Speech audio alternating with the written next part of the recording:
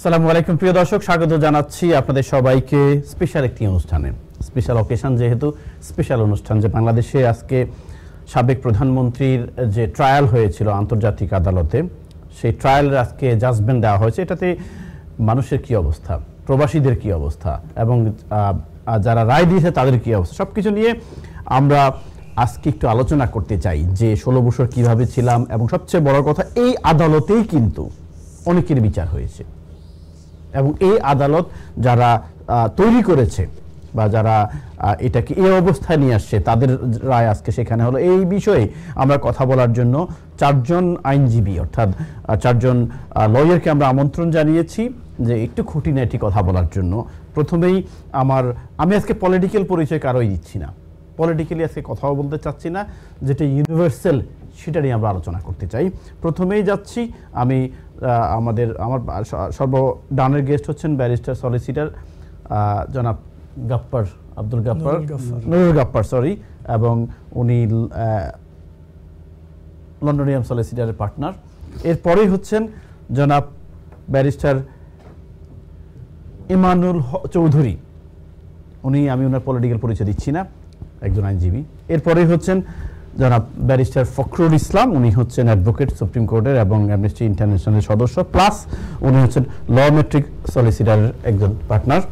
এবং আমার সর্ববামের গেস্ট হচ্ছেন ব্যারিস্টার লিয়াকত আলী, ব্যারিস্টার লিয়াকত আলী, এবং উনি হচ্ছেন ল মেট্রিক লন্ডনিয়াম সলিসিটারের পার্টনার এবং ব্যারিস্টার।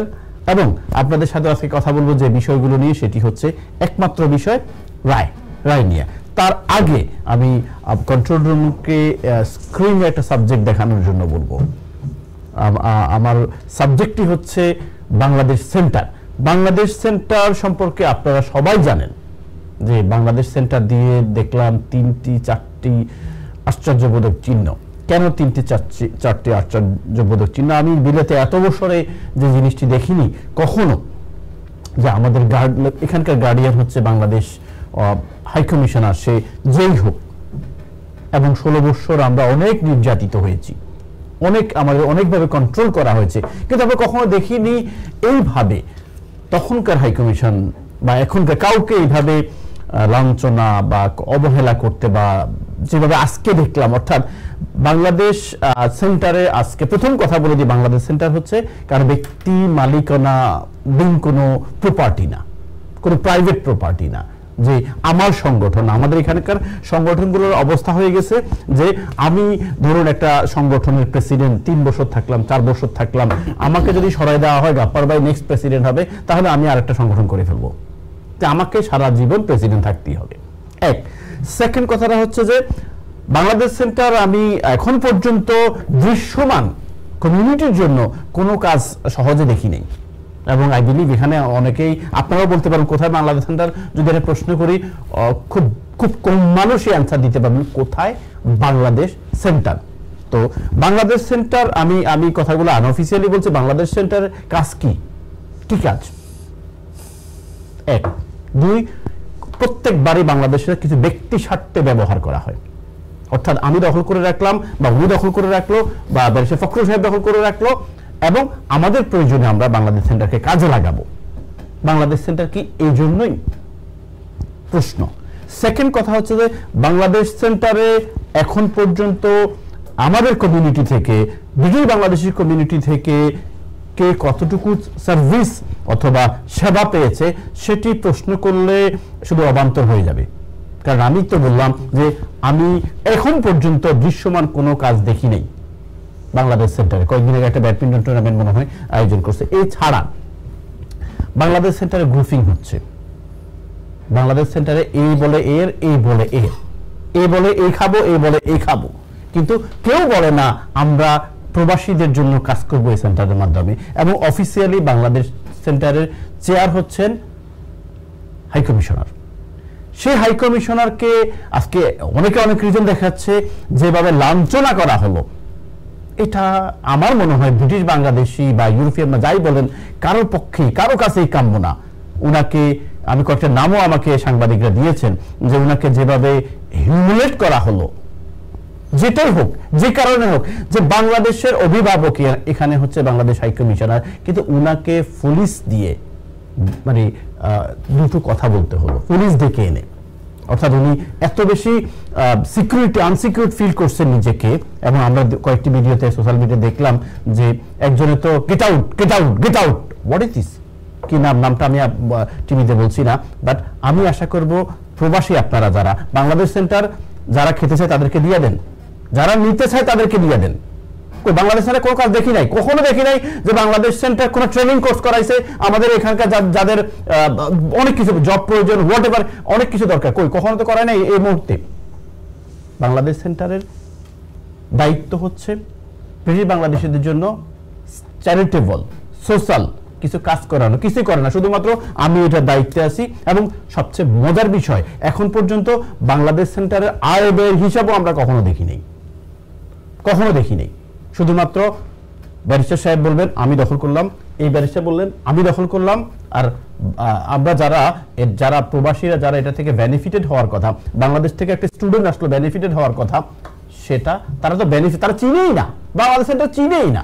কিন্তু খুব লজ্জাজনক একটা বিষয় হচ্ছে আজকে বাংলাদেশ সেন্টারে যেভাবে বাংলাদেশ হাই কমিশনারকে অপমান করা হয়েছে, এটা আমার মনে হয় কারো কাম্য না। এটা আরেকটি বাংলাদেশ, যে বাংলাদেশে আমরা দেখতাম যে কিছু হইলেই গলা ধাক্কা দেব আমি, বিকজ আমি পাওয়ারফুল, আমার পাওয়ার আছে। এটা আমরা কেউ আমরা চাই না, কামনাও করি না। আমি যারা কলার লাইনে কল দিচ্ছেন, আমি একটু পরে আপনাদের সাথে কথা বলবো। আমি যদি একটা প্রশ্ন করব, বাংলাদেশ সেন্টার কোথায় বলতে পারবেন? বলতে পারবেন না। কিন্তু টাওয়ার হ্যামলেট কাউন্সিল কোথায় সেটা তো আপনি বলতে পারবেন, বাংলাদেশ হাই কমিশন কোথায় সেটা তো আপনি বলতে পারবেন, বিকজ তারা আপনাদেরকে সার্ভিস দিয়ে যাচ্ছে। নীলহন কাউন্সিল কোথায় আপনি বলতে পারবেন, বিকজ তারা আপনাকে সার্ভিস দিয়ে যাচ্ছে। আর বাংলাদেশ সেন্টার শুধু আমি আমার পকেটে ধরে রাখবো, আমি আমার কন্ট্রোলে ধরে রাখবো, আমি আমার করে গভর্নমেন্ট প্রপার্টি রেখে দেব। যাই হোক, আমি ধিক্কার জানাচ্ছি এটা, যে যেটাই হোক আপনারা বসে আলোচনা করতে পারতেন, কিন্তু হাই কমিশনের সাথে এই মিসবিহেভ করাটা আপনাদের, আমি জানি না কোন গ্রাউন্ড আপনারা করছেন, কেন করছেন। যেই ভুল করুক, মানে যে পক্ষেরই ভুল হোক, কিন্তু উনার সাথে এই বিহেভ করাটা তো যুক্তিযুক্ত না, এটা কেউই মেনে নেবে না। তাহলে কালকে আরেকজন হাই কমিশনার আসবে, উনি বলবেন আমি লন্ডন যাব না, কারণ আমাকে ওখানে অপমান করা হবে। যাই হোক, এই বিষয়ে আমি একটু কথা বলতে, তারপর আমি মেইন বিষয় আজকে চলে যাব। আমি এই বিষয়ে একটু কথা বলার জন্য যাচ্ছি জনাব নুরুল গাফফার, ব্যারিস্টার নুরুল গাফফার, প্লিজ। আপনাকে আগে প্রশ্ন করি, একটা বাংলাদেশ সেন্টার কোথায় ছিলেন? আমি আমার দুর্বলতা ক্ষমা করবেন, আমি আসলে জানি না এটা। বাংলাদেশ সেন্টার জানেন না? কত বছর দেশে আপনি? 20 বছর। 20 বছর প্রায় আপনি জানেন না বাংলাদেশ সেন্টার? আপনাদের জন্য বাংলাদেশ সেন্টার করা এটা এখন গুরু চাপ দিচ্ছে। আমি এখানে দেখলাম আজকে আপনার এই টপিক আসার পরে আর কি, ওয়েবসাইটে ওনাদের যেটা লেখা আছে অ্যাবাউট আস, এখানে মেম্বার দেওয়া আছে। এটা ওয়েবসাইটটি অবশ্যই আপডেটেড না, আগের যে হাই কমিশনার ওনার বিষয়ে দেওয়া আছে। উনি হচ্ছে কাউন্সিল অফ ম্যানেজমেন্টের চিফ প্যাট্রন, উনি চেয়ারেটার হচ্ছে কি সাদিয়া মোনা তাসনিম। আগেরটা যে কোনো হাই কমিশনের এটা চেয়ার হবে। বাট আমার একটা প্রশ্ন, এই যে না অনেক মেম্বারই আছে, বাট আমার একটা প্রশ্ন আপনার কাছে, আপনার কেমন লাগছে? এটা কোনো প্রাইভেট প্রপার্টি না, এটা ল ম্যাট্রিক্স সলিসিটর না, লন্ডনের সলিসিটর না, এটা একটা গভর্নমেন্ট আমাদের সংগঠন, কিন্তু আপনি অ্যাড্রেস জানেন না। বাংলাদেশ সেন্টার সম্পর্কে আমরা জেনেছি যে এটা মুক্তিযুদ্ধের সময়ে এবং বাংলাদেশের বড় ক্রাইসিস মোমেন্টে অতীতে অনেক বড় ভালো ভূমিকা রেখেছে। সেই হিসাবে আমি দেশ থেকে জেনেছি এবং আসার পর পার্সোনালি আমার এই সেন্টারে কখনো যাওয়া হয়নি, বা এই সময় এটার সাথে আমি সম্পৃক্ত না, এটা আমার দুর্বলতা।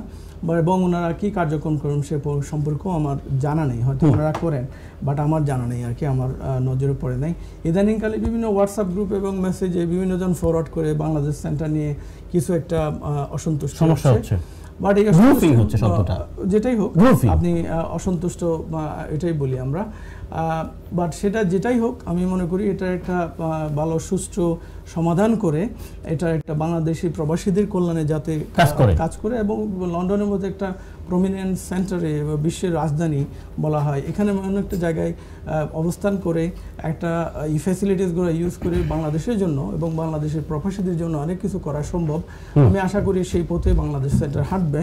এবং আজকে আপনি যে দুঃখজনক ঘটনার কথা নিউজ দিলেন যে হাই কমিশনার ইন্টিমিডেটেড হয়েছেন, সেটা খুবই দুঃখজনক। এটা আমাদের বাংলাদেশি প্রবাসীদের জন্য পুরো কমিউনিটির জন্য একটা লজ্জাকর বিষয়। আমরা আশা করি সেটা সুষ্ঠু সমাধান হয়। আমি সেন্টার তার পুরনো হারানো ঐতিহ্য ফিরে পাবে। আমি খুব সারপ্রাইজ হলাম একটা দিন যে এমন ভাবে আমি এই জিনিসটা আমি এখানে বিলেতে দেখি নাই যে এটা বাংলাদেশের তথাকথিত পলিটিক্সে হয়। আগের 16 বছর পলিটিক্স এটা হয়েছে যে আহা আমার পাওয়ার আছে, আপনি out, get out from here. কিন্তু এই যে একজন এইভাবে আপনি you can't say like this, you can't do like this, এটা হয়ে গেছে যে আমি মনে হয় বাংলাদেশের পলিটিক্সকে এখানে নিয়ে আসছি। যারা আমি লিয়াকত ভাই আপনার কাছে এই বিষয়ে জানতে চাচ্ছিলাম, বাংলা হাই কমিশন কোথায়, বাংলা সেন্টার কোথায়? বাংলা সেন্টার আসলে বাংলাদেশ হাই কমিশনের পাশে। গেছেন কখনো? না, আমি কখনো যাওয়া হয় নাই। কেন যাওয়া হয় নাই? সার্ভিস পান নাই? আমরা ইনভাইটেড ছিলাম না। প্রথমেই আসলে অনুষ্ঠান শুরুর আগেই প্রশ্নটা আনসার তো আমি দিলাম। আপনাকে ধন্যবাদ দিয়েছি উপস্থাপক সহ এবং আমাদের সহ আলোচক আজকে অনুষ্ঠান দেখছেন সবাইকে আসসালামু আলাইকুম। আসলে বাংলাদেশ সেন্টারটা ওইটা গঠন করা হয়েছিল আমাদের কমিউনিটির যাতে উপকারে আসে। যেভাবে আমরা ৭১-এর মুক্তিযুদ্ধের সময় ওইখানে একটা বিশেষ ভূমিকা বাঙালিরা রেখেছিল, এখানে বসে অনেক ঐতিহাসিক মিটিং হয়েছিল শুনেছি আমরা। কিন্তু গত 17 বছরে আমরা যা দেখলাম এই বাংলাদেশ সেন্টারে, ওইটা কিছু মানুষ ওইখানে কুক্ষিগত করে রেখেছে, যার কারণে যেহেতু আমরা ফেসিস্ট আওয়ামী লীগের বিরোধী রাজনীতি আমরা করি, যার কারণে আমরা গত 17 বছর ওইখানে আমরা আসলে যেতে পারিনি এবং যাওয়ার আগ্রহ আমরা হারিয়ে ফেলেছিলাম। আজকে আপনি যে ঘটনাটা বললেন, এই ঘটনাটা আসলে এই ধরনের ঘটনাটা আমি জানি না, এখানে এসে প্রথম আপনার কাছ থেকে শুনলাম। কিন্তু আজকে আসলে আপনি প্রতি মঙ্গলবারে আপনি অনুষ্ঠানটা এখানে হয় রাজনীতি। আজকে আমি যখন অফিসে ছিলাম আপনি আমাকে ফোন দিলেন, টেক্সট দিলেন, দিয়ে বললেন যে আজকের রাজনীতি অনুষ্ঠানটা আজকে হবে। তখন আমি আপনাকে জিজ্ঞেস করলাম টেক্সটেই, আপনি বললেন যে হ্যাঁ আজকে এটা ঐতিহাসিক রায় হলো আইসিটি থেকে ইন্টারনেট কথা বলবো। তো এটা আমার মনে হয় দর্শকরা অনেক আগ্রহ রক্ষা করছে, যেহেতু আপনি 4 জন বললেন নিয়ে আসছেন। এখানে এত বড় একটা ইস্যু ছাড়া যদি এখন আমরা এই বাংলাদেশ সেন্টারে কি ঘটলো, এখানে আমি 4 জন মানুষের নাম দেখলাম, কি জানি নাম, মুহিবুর রহমান মুহিব ভাই vice chairman, Sirajul Islam chief treasurer, এটা আগের কমিটির মানুষ, ইসলাম শহীদ ভাই দেখলাম জয়েন্ট সেক্রেটারি, দিলওয়ার হোসেন সাহেব পার্মানেন্ট মেম্বার। ওরা 4 জনই কমিউনিটির পরিচিত মুখ। আমার প্রশ্নটা সেটা না, আমি ধরেন আমি খুব পরিচিত, আমি যা ইচ্ছা তা করতে পারবো না, সেটা তো আপনি আমরা সোশ্যাল মিডিয়া ভাইরাল যে হাই কমিশনারকে যেভাবে লাঞ্ছনা যেভাবে অপমান করছে, এবং আমরা এই ইউকের মতো একটা সভ্য দেশে আমরা এই ধরনের সব জায়গায় সিসিটিভি ক্যামেরা মাথার উপরে আছে, সো এটা নিন্দা করি। থ্যাংক ইউ আমি ফারুক ভাই বলবো যে আপনি এটা নিয়ে আলাদা একটা এপিসোড করুন। আমি অবশ্যই এটার কাগজপত্র তো শুনতে হবে, আমরা একতরফা আসলে খুব বেশি না জেনে তো বেশি ডেফিনেটলি যেতে পারছি না। আমি যাচ্ছি এমানুল চৌধুরী ব্যারিস্টার সাহেব, আপনি কি বাংলা সেন্টার কোথায় জানেন? হ্যাঁ জানি তো। কোথায়? সেন্টার নটিং হিল গেট ওই পাশে। কোন সার্ভিস পাইছেন স্টুডেন্ট থাকা অবস্থায় বা এখন? সার্ভিস আমি জানি 2-1 পাইছে, এরকম 2-1জনকে আমি চিনি, তারা স্টুডেন্ট অবস্থা, বাট এটা সবার জন্য উন্মুক্ত না ওই সার্ভিসটা। যে 2জন স্পেশাল, তারা বাংলাদেশে বড় কোনো মানুষের ছেলে ওই ধরনের তারা ওখানে থাকার জায়গা পাইছিল, ওটা আমি জানি। আমি পার্সোনালি কয়েকটা প্রোগ্রামে ওখানে আমি গেছি, তো একেবারে যে তারা কোনো কিছু করে না ইদানিং জানি না, বাট বেশ আগের কথা। 16 ডিসেম্বর উপলক্ষে প্রতি বছরই তারা 1-2 প্রোগ্রাম করেন। আমি তো একবার ইনভাইটেড ছিলাম, লাস্ট আমি ছিলাম ওই বিচারপতি এসকে সিনহা আসার জন্য একটা প্রোগ্রাম ছিল ওখানে, তো ওখানে ইনভাইটেশন পাইছিলাম, বাট শেষ পর্যন্ত এসকে সিনহা ওখানে যান নাই। এরপরে আর জানি না কি অবস্থা, বাট আমি জানি 16 ডিসেম্বর আসলে ওনারা একটা গানের প্রোগ্রাম করেন, তারপরে আরো কিছু হয়। ওই নতুন হাই কমিশনার আসার সাথে সাথেই ও আসার পরে ওখানে একটা সংবর্ধনা অনুষ্ঠান হয়। আজকে যে জিনিসটা ঘটলো এটাতে আপনার মন্তব্য কি? এটা তো আগে কখনো ঘটে না, এটা ওয়ান অফ, হয়তো এটাই একবারই হয়েছে, আরেকবার হবে না। এটা তো কোনো কাঙ্ক্ষিত কিছু না, এটা কেউ পছন্দ করে এমন কিছু না। কাজে এটা হইতে পারে ওখানে দুইটা কমিটি আছে, একটা কমিটি হয়তো চালায়, ওরা ইনভাইট করছে হয়তো হাই কমিশনারকে, উনি আসছেন, অন্য কমিটি হয়তো ওটা বাধা দিতে চাচ্ছে। এটা আমি যতটুকু বুঝি ওটা পলিটিক্যাল ইয়ে আছে। হ্যাঁ, ধন্যবাদ আপনাকে। আমি পলিটিক্যাল টাচ আছে। জি, ধন্যবাদ ব্যারিস্টার ফখরুল। এই বিষয়ে আপনার কাছ থেকে সংক্ষেপে একটু জানতে চাচ্ছিলাম, এই যে বাংলাদেশ সেন্টার নিয়ে, তারপর আমরা আমাদের মেইন সাবজেক্টে চলে যাব। ধন্যবাদ ফারুক ভাই। আমি আলোচনা যাওয়ার আগে ধন্যবাদ জানাচ্ছি আজকের আমাদের যারা একসাথে আমরা এখানে এসেছি একটা স্পেশাল ইভেন্টকে সামনে রেখে। প্লাস দর্শকদেরকে আমাদের অনেক ধন্যবাদ, যারা অনেক রাত হয়ে গেছে, আমার মনে হয় তারা অপেক্ষা করছেন কিছু জিনিস আমাদের কাছ থেকে শুনবেন, হয়তো কেউ প্রশ্ন করতে পারেন আর কি।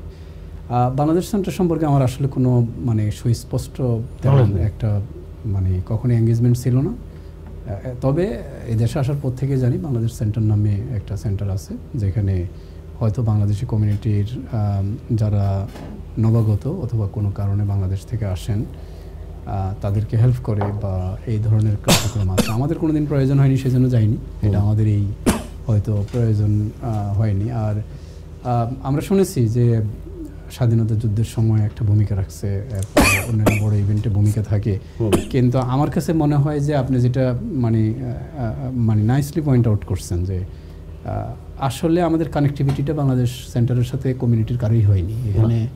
এখানে খুবই সীমিত সংখ্যক লোক হয়তো বেনিফিটেড হচ্ছেন, এবং আজকে যে অনাকাঙ্ক্ষিত ঘটনা ঘটছে আমরা প্রথমত এটার অবশ্যই নিন্দা জানাই। দ্বিতীয়ত হচ্ছে সত্যিকার অর্থেই বাংলাদেশ সেন্টারকে যদি ওয়েলফেয়ার একটা ইনস্টিটিউশন হিসেবে দাঁড় করাইতে পারে, হয়তো বাংলাদেশ থেকে অনেক স্টুডেন্টরা আসেন, অনেকে আসেন যাদের প্রাথমিক হেল্প দরকার, সেই কেন্দ্রিক যদি কিছু কাজ করে হয়তো বাংলাদেশের কমিউনিটি উপকৃত হবে, এটাই আশাবাদ ব্যক্ত করি। ধন্যবাদ। আমি মেইন সাবজেক্টে যাব। প্রিয় দর্শক, আমি যে বিষয়টি এতক্ষণ কথা বললাম সেটা যে বাংলাদেশ সেন্টার লন্ডন, আমি নিজেও অনেকেই জানেন না এর অ্যাড্রেসটা কোথায়, ফরগেট সার্ভিস।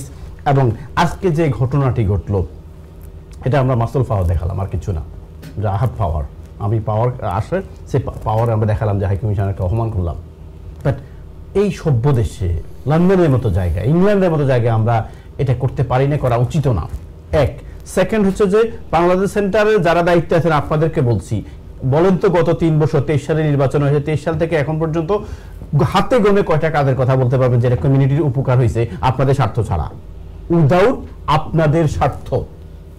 এবং কবে লাস্ট ডিসক্লোজ করছেন আয় ব্যয়? করেন নাই। সেখানে আপনার হাই কমিশনারকে আপনারা অপমান করেন, পুলিশ আসে ওনাকে কথা বলার জন্য পুলিশ পাশে দাঁড়ায় থাকতে হয়, এটা বাংলাদেশের জন্য লজ্জাকর, এটা আমাদের প্রবাসীদের জন্য লজ্জাকর। যাই হোক, আমরা এই বিষয়ে আরেকদিন কথা বলবো। আমি কন্ট্রোল রুম থেকে অনুরোধ করবো আজকের সাবজেক্টে চলে যাওয়ার জন্য। আজকের সাবজেক্ট হচ্ছে যে সাবেক প্রধানমন্ত্রী শেখ হাসিনা রায়ের বিষয়ে, এবং আমরা যে রায় পেয়েছি মৃত্যুদণ্ড, এই মৃত্যুদণ্ড ব্যাপারে আমরা কথা বলতে চাচ্ছিলাম, এবং সেটি কিভাবে কার্যকর হবে এবং কার্যকর হবে কিনা, বা ওনাকে ইন্ডিয়া থেকে আনানো যাবে কিনা, আসতে দেবে কিনা, সরকার চাইবে কিনা, সো মেনি কোয়েশ্চেন। এবং এই বিষয়ে আমি প্রথমে যাচ্ছি ব্যারিস্টার ফখরুল ইসলাম, আপনার মন্তব্য আজকে রায় নিয়ে। ধন্যবাদ। আমি মনে করি যে জুলাই বিপ্লবের 1500-র মতো নিহত এবং শত শত আহত, দীর্ঘ 16 বছর আমরা যেই স্বৈর শাসনের যাত্রাকলে নিষ্পেষিত ছিলাম, সেক্ষেত্রে উত্তরণের পর আমার মনে হয়, এটা আমার একটা আত্মবিশ্বাস যে বাংলাদেশের আপাময় জনসাধারণ আজকের এই জাজমেন্টের জন্য অপেক্ষা করেছে। তারা ন্যায় বিচার নিশ্চিত করার জন্য তীর্থের কাকের মতো তারা বসে মানে অপেক্ষা করেছে যে এই ন্যায় বিচার তারা পাবে। গুম, খুন, গণতন্ত্রহীনতার চর্চা এবং মানুষের মৌলিক অধিকার থেকে বঞ্চিত করা, হেন কোনো অপরাধ নেই যে বিগত 16 বৎসরে শেখ হাসিনা মানে সংগঠিত করেন নাই। আপনাকে আমি একটা কারেকশন দিব, বারবারই আপনার উপস্থাপনায় আসছে যে সাবেক প্রধানমন্ত্রী, আসলে এই জায়গাটা আমার একটু আপত্তি আছে যে উনি কি আসলেই প্রধানমন্ত্রী ছিলেন? আমি ওনাকে স্বৈরশাসক বলতেই স্বাচ্ছন্দ্য বোধ করি, যে সাবেক স্বৈরশাসক, যেহেতু উনি এখন আর সেই পোস্টেও নেই। তো এটা হচ্ছে হিস্ট্রি রিপিট।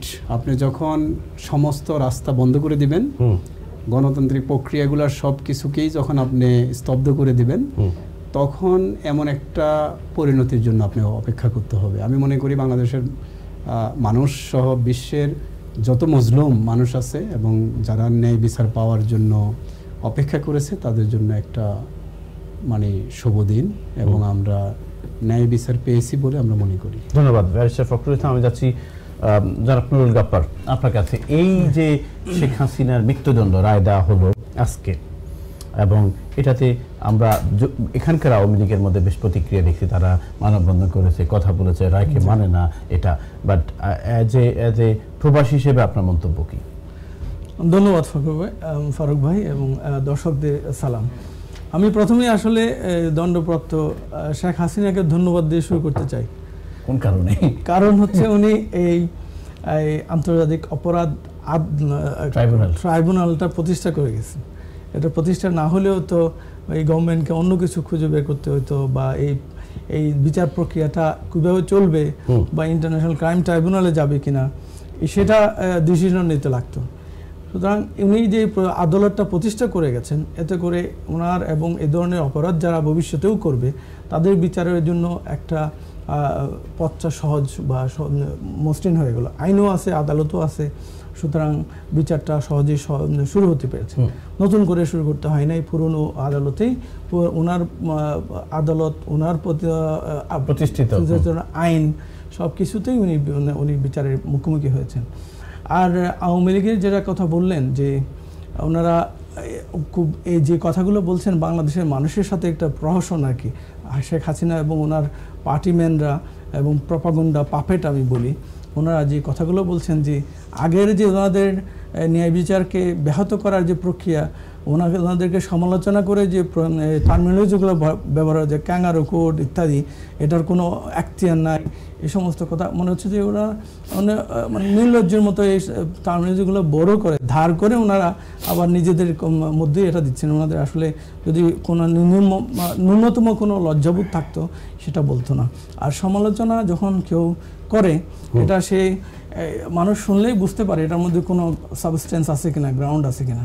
আর কেউ যদি এটাকে সমালোচনা করার স্বার্থে শুধু সমালোচনা ফর দ্য সেক করতে চায়, সেটা কেউ করতে পারে। দেখুন, গাজায় নির্মমভাবে গণহত্যা হয়েছে, সারা পৃথিবী দেখেছে, হ্যাঁ। আর যখন ইন্টারন্যাশনাল ক্রাইমস কোড সেটাকে ওয়ারেন্ট জারি করেছে, সেটা বিচার করেছে, তখন নেতানিয়াহু বলছে কি এটা একটা ক্যাঙ্গারু কোর্ট, এটার কোনো এখতিয়ার নাই, এবং তার সাথে তারা আমেরিকান যে সাপোর্টার তারাও এই বাদ্য বাজিয়েছে। সুতরাং এরকম নির্লজ্জ একটা প্রতিষ্ঠিত জিনিস থাকার পরেও যেভাবে তারা বিতর্কিত করেছে এবং চিফ প্রসিকিউটরকে পার্সোনাল অ্যাটাক করে ওনাকে, এবং এটা কনস্পিরিটির মধ্যে ওনাকে ওখান থেকে সরে আসতে হয়েছে, সেরকম বিতর্কিত করার অপরাধীরা তাদের পাওয়ার, নেটওয়ার্ক এবং পয়সা দিয়ে সেটা বিতর্কিত করার, তাদের অপরাধকে লঘু করার জন্য চেষ্টা করতে পারে। সেই চেষ্টাই এই যে দণ্ডপ্রাপ্ত স্বৈরশাসক হাসিনা এবং তার দূষররা করে যাচ্ছে। তাদের বিলিয়ন বিলিয়ন ডলার টাকা পাচার করেছে, সেই টাকার বলে, এবং তারা যে এই ক্ষমতার অপব্যবহার করে এবং প্রতিটি রাষ্ট্রের ক্ষমতা এবং সব ধরনের সাপোর্টকে কাজে লাগিয়ে ইন্টারন্যাশনাল এই প্রোপাগান্ডা একটা চালানোর চেষ্টা করেছে। কিন্তু সেটা এই বাংলাদেশ প্রসিকিউশন টিম, তাদেরকে আমাকে ধন্যবাদ দিতেই হয়, এবং ট্রাইব্যুনালের সাথে সংশ্লিষ্ট যারা বাংলাদেশের তারা এবং বাংলাদেশের সরকার, তারা সবাই ইন্টারন্যাশনাল কমিউনিটিকে এবং জাতিসংঘকে এর সাথে সম্পৃক্ত রেখেছে, বিচার প্রক্রিয়া সব উন্মুক্ত রেখেছে, সরাসরি এটা সম্প্রচারিত হয়েছে। এবং আজকের যে রায়টা হয়েছে 453 পৃষ্ঠার, এই প্রথম কেসেই প্রায় 10,000-এর উপরে পেজের এভিডেন্স ওখানে দিয়েছে, এবং এমন অকাট্য প্রমাণ হয়েছে। শেখ হাসিনা নিজে অর্ডার করছেন, তার অডিও দিয়ে এটাকে ফরেন্সিক টেস্ট করে, এখানে যে কেউ যেন সেন্সিবল কেউ মানুষ যদি শুনে, এখানে কোনো কেউ ডিফেন্সের কোনো কিছু নাই, কেউ বলবে না যে এখানে অন্যায় হয়েছে বা অবিচার হয়েছে। আর ওরা যে বলার জন্য যে বলছে সেটার প্রমাণ হচ্ছে। তারা চাইলে কিন্তু এখানে ইন্টারন্যাশনাল তাদের লয়ার অ্যাপয়েন্ট করতে পারত, করে নাই। তাদের ইন্টারন্যাশনাল যে এখানে ইউকেতে তারা হইচই করছে বা দেশের বাইরে হইচই করছে, এখান থেকে ইন্টারন্যাশনালি রিনাউন্ড লয়ারদেরকে তাদের পাঠাতে পারতো। সেরকম কোনো অ্যাটেম্প্ট বা রিকোয়েস্ট ট্রাইব্যুনালের কাছে পাঠায় নাই তারা। তারা চাইলে ইন্টারনালি অ্যাপয়েন্ট করতে পারতো লয়ার। সেই আবেদন রাষ্ট্রপক্ষ যখন যে ডিফেন্স চেয়েছে, বিজ্ঞাপন দিয়েছে, সেই বিজ্ঞাপন তারা কোনো সাড়া দেয়নি। আর যেই অডিওগুলা সরাসরি তার হুকুম দিচ্ছে খুন করার জন্য এবং গণহত্যা চালানোর জন্য, সেই অডিওগুলোকে এখন ডিসপিউট করে বলছে এখানে সাজানো।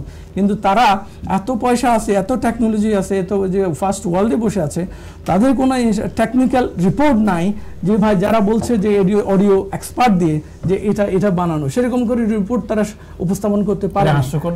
শুধু বলার জন্য বলি তো ভাই, এটা নিজেদের নির্লজ্জতাকে উন্মোচন করা ছাড়া আর কিছু না। এটাতে নিজেদেরকে আরও বেশি এই যে খুনের এবং নির্লজ্জ কোনো যে রিমোট সিন, অনুশোচনাহীন একজন খুনিরা এবং খুনিদের দল কিভাবে মানুষকে বিভ্রান্ত করার চেষ্টা করতে পারে, এবং তারা যে কোনো এই আবার সুযোগ পেলে বলতেছে তো তারা এই রাজনীতির পথে না হেঁটে ন্যায় বিচারকে কীভাবে সংহত করা যায় এটাকে পার্টিসিপেট না করে ওনারা মনে করছেন দেশকে আবার দখল করে নিয়ে আবার সবারই মারি ফেলবে, আবার সেই হত্যাযোগ্য ফেরত যাবে। সেটাই তাদের মানসিকতা এবং তারা তাদের অ্যাপ্রোচটাই পর্যন্ত, সেটা অবশ্যই নিন্দনীয় আমি মনে করি। এবং আর বলবো যে ন্যায় বিচার এখানে খুব, তার মানে আমি এই প্রক্রিয়ার সাথে আমি মনে করি এই যে সোফার যা হয়েছে যে বিগত ট্রাইব্যুনালের সাথে কম্পেয়ার করলে এটা 1000 গুণ বেশি স্বচ্ছ এবং ন্যায় বিচার হয়েছে। এবং এটা প্রায় 6 মাসের উপরে ট্রায়াল চলছে। এই ট্রায়ালের পুঙ্খানুপুঙ্খ তারা সর্বতোভাবে ট্রান্সপারেন্ট রাখার চেষ্টা করেছে। এত বিদেশি পর্যবেক্ষক, ডেভিড বাকেম এবং অন্যান্য পর্যবেক্ষকরা সবাই তারা অবজার্ভ করছে। কেউ কোনো রকম আগের ট্রাইব্যুনালে যেরকম স্কাইপি কালাঙ্গা রয়েছে, তুমি বসে যাবে আমি উঠে যাব, আমরা একটা রায় চাই গভর্নমেন্ট, এ ধরনের যে কেলেঙ্কারিগুলো প্রকাশ হয়েছে এই ট্রাইব্যুনালের ক্ষেত্রে কোনো কলঙ্কারি, কোনো স্বজনপ্রীতির কথা বা কোনো দুর্নীতির কথা প্রকাশ করতে পারে নাই। আগের ট্রাইব্যুনালের প্রসিকিউটরদের দেখা যাচ্ছে যে ওই যে বন্ধু মহিলা যিনি ছিলেন রেস্টুরেন্টে গিয়া বোরখা পরে 20 কোটি টাকার লেনদেন করতেছে যাতে আসামিদের পারেন। এই ট্রাইব্যুনালে আমি মনে করি অ্যাডভোকেট তাজুল ইসলাম সাহেব ওনাদের এবং ওনার টিম অক্লান্ত পরিশ্রম করেছেন। ওনারা ধন্যবাদ পাওয়ার যোগ্য এবং ওনারা সততার সাথে, ট্রান্সপারেন্সির সাথে এই গুরু দায়িত্বটা জাতিকে উপহার দিতে পেরেছেন। কাছে তাদের কাছে কৃতজ্ঞতা থাকবে। ধন্যবাদ গাপ্পার। আমি যাচ্ছি লিয়াকত ভাই আপনার কাছে। লিয়াকত ভাই আপনার কাছে যে প্রশ্নটা, একটা কথা উনি বলছেন এবং আমি জনাব সালাউদ্দিন কাদের চৌধুরীর কথাটাও আজকে মনে পড়ছে যে যাতে করে এই ট্রাইব্যুনাল থাকে সবার জন্য, এবং সেটাই প্রমাণ হলো আজকে বারবারই সোশ্যাল মিডিয়াতে ওনার ভয়েসটা চলে আসছে। এবং সবচেয়ে বড় কথা হচ্ছে এই যে রায় কার্যকর হলো, এখন চাইলে কি মানে শেখ হাসিনার আপিল করতে পারবে কিনা, রায় বাস্তবে রায় আজকে দেওয়া হলো, এটাকে আপিল করতে পারবে কিনা? রায় আসলে কার্যকর হয়নি, আজকে ভার্ডিক্টটা দেওয়া হলো, যেটা বলছেন সর্বোচ্চ মৃত্যুদণ্ড 3 জন আসামি ছিল, শেখ হাসিনা এবং প্রাক্তন স্বরাষ্ট্রমন্ত্রী আসাদুজ্জামান কামাল, ওনার 2 জনকে মৃত্যুদণ্ড দেওয়া হয়েছে। এবং তৃতীয় যিনি রাজসাক্ষী ছিলেন 5 বছর। আমি আজকে এই অনুষ্ঠান থেকে বলবো যে 5 বছর আসলে এনাফ না, ওটা অ্যাটলিস্ট যাবজ্জীবন হওয়া উচিত ছিল। এতে হবে কি যে প্রশাসনের উনি ছিলেন আইজিপি, ওনার কাছ থেকে যে আদেশগুলি বিভিন্ন ডিসি, এসপি, ওসি দের কাছ থেকে যে ইয়েটা যাইতো ওনার কাছ থেকে, ওটা মানতে বাধ্য ছিল। সো ওনাকে রাজসাক্ষী করা হলো, সেটা অনেকটা ঠিক আছে, এটা এভিডেন্স হিসেবে, কিন্তু ওনার যাবজ্জীবন হওয়া উচিত ছিল। আরো কয়েকটা কথা আমি বলবো, এটা 553 পৃষ্ঠার একটা রায়, এটা কিন্তু অনেক ট্রান্সপারেন্ট, ইন্টারন্যাশনাল যে স্ট্যান্ডার্ড সেটা মেনটেন করা হয়েছে। 16 জন ক্রাউন প্রসিকিউটর এখানে কাজ করেছে। অনেকে বলেন যে এটা কম সময়ের মধ্যে না। আজকে 5th of August 2024 এর এই ফেসিস্ট গভর্নমেন্টকে বিদায় দেওয়ার আজকে হলো 397 দিন, 400 দিন হওয়ার 3 দিন আগেই ভার্ডিক্টটা দেওয়া হয়েছে। এবং এখানে আপনি দেখবেন সব তথ্য উপাত্ত আদালতের সামনে উপস্থাপন করা হয়েছে। এখানে যে অডিও, যেটা আমার মিস্টার গফরবে বলেছেন, এটা কিন্তু টেস্ট করে নেওয়া হয়েছে, আসলে এটা ওনার ফরেনসিক টেস্ট করা হয়েছে। এখানে উনি বলেছেন যে মেথাল উইপন ইউজ করার কথা বলেছেন, উনি হেলিকপ্টার থেকে গুলি করে মেরে ফেলার কথা বলেছেন। সো এই জিনিসগুলি প্রমাণ করে, এবং অডিও উনি দেখবেন জনাব ইনু সাহেবের সাথে এবং ব্যারিস্টার তাপসের সাথে উনি আরো একটা অডিওতে উনি ক্লিয়ার, উনি নিজেই বলতেছেন যে কি করতে হবে না করতে হবে। সো আমি যেটা বলবো, এটা ইন্টারন্যাশনাল স্ট্যান্ডার্ড অবশ্যই মেনটেন করা হয়েছে। এবং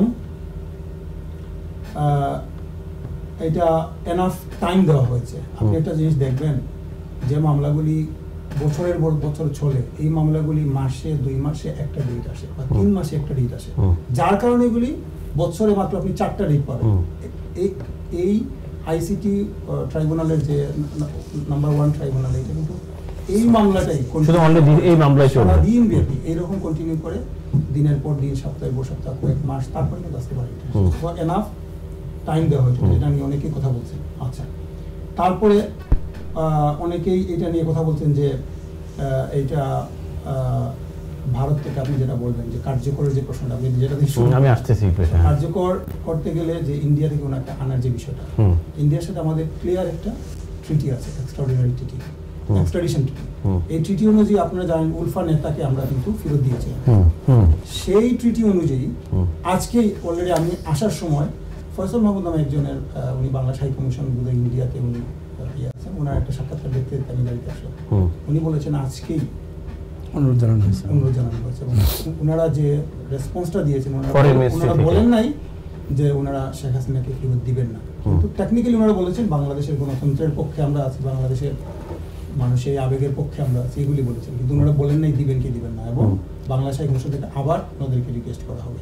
কিন্তু আমি বলবো ভারত গভর্নমেন্টকে রিকোয়েস্ট করব, আপনারা বাংলাদেশের 18 কোটি মানুষের পক্ষে থাকেন, শেখ হাসিনাকে ফেরত দেন। এবং আমি আরো 2-1টা জিনিস এখানে অ্যাড করতে চাই। ইউনাইটেড নেশনস যে জাতিসংঘ মানবাধিকার কমিশন এখানে যে আইসা যে ইয়েটা করলো, ওনারা কিন্তু 1400 মানুষ যে এখানে হত্যা হয়েছে তারা কিন্তু পেয়েছেন, এবং কয়েক হাজার মানুষ অন্ধত্ব বরণ করেছে, পঙ্গুত্ব বরণ করেছে, ওনারা প্রমাণ পেয়েছে।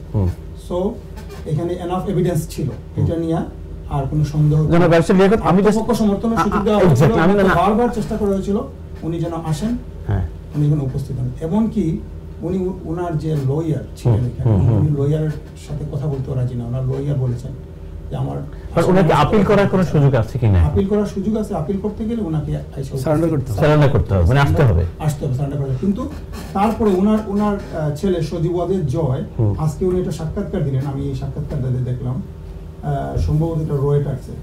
উনি ক্লিয়ার যেটা বললেন, আন্তর্জাতিক গণমাধ্যম আপনি জানেন এখানে কিন্তু লাইভ ছিল, হ্যাঁ, এখানে রয়টার্স ছিল, এএফপি ছিল, বিবিসি ছিল, সিএনএন ছিল, আল জাজিরা ছিল, গার্ডিয়ান সহ বেশ পত্রিকা এরা কিন্তু ইয়ে করেছে। সো রয়টার্সকে উনি বললেন যে এই রায়ের বিরুদ্ধে সুপ্রিম কোর্টে আপিল করা যাবে, ওনার ছেলে বলতেছে সজীবদের জয়। কিন্তু হাসিনার ছেলে এবং তার উপদেষ্টা সজীবদের রায়ের প্রাক্কালে রয়টার্সকে বলেন আওয়ামী লীগের অংশগ্রহণে গণতান্ত্রিকভাবে নির্বাচিত সরকার ক্ষমতা গ্রহণ না করা পর্যন্ত তারা আপিল করবেন না। তাদের টেন্ডেন্সিটা দেখেন, যখন তারা ক্ষমতা নেবে জানি না উনি কি মিন করেন। আচ্ছা, সো এই হলো তাদের টেন্ডেন্সি। এবং আপনি দেখবেন বিবিসি, রয়টার্স, এএফপি, সবাই কিন্তু এই রায়কে স্বাগত জানিয়েছেন। এবং আপনি জানেন একটা অর্গানাইজেশনের কথা আমি বলবো, ইন্টারন্যাশনাল অর্গানাইজেশন, সেটার নাম হইল ক্রাইসিস গ্রুপ, যেটা বেলজিয়াম থেকে তারা, ইন্টারন্যাশনাল ক্রাইসিস গ্রুপ, তারাও কিন্তু বলেছে যে এটা ইন্টারন্যাশনাল স্ট্যান্ডার্ড মেইনটেইন করে। বাট তারা দুইটা কথা বলেছে যে মৃত্যুদণ্ডের পক্ষে পৃথিবীর অনেক দেশ না, হ্যাঁ, সেটা আমাদের দেশে তো এখন এটা মৃত্যুদণ্ড এখনো বহাল আছে, সেটা তারা বলেছে। এবং বলেছে যে এটা ওনার অ্যাবসেন্সিয়া, ওনার অ্যাবসেন্ট, ওনাকে তো বারবার নোটিশ করা হয়েছে, উনি তো আসেন না। ওনার লয়ার সাথে উনি কথা বলতে রাজি না, ওনার লয়ার বলেছেন কথা বলতে রাজি না। আচ্ছা, ধন্যবাদ। আমি আমি যাচ্ছিলাম ব্যারিস্টার ইমানুল চৌধুরী আপনার কাছে। এই বিষয়ে, এই যে গাফর ভাই বললেন, লিয়াকত ভাই, ফখরুল ভাই বললেন, এই বিষয়ে আপনার মন্তব্য কি? আপনি কি মনে করেন এর আইটি যুক্তিযুক্ত কিনা, সঠিক কিনা, এবং এটা কতটুকু প্রভাব বিস্তার করবে আগামীতে? প্রশ্নটা একটু কনফিউজিং, বাট আলটিমেটলি একটা রায় তো আজকে হইল। আপনি রায়টা কি আপনি হ্যাপি?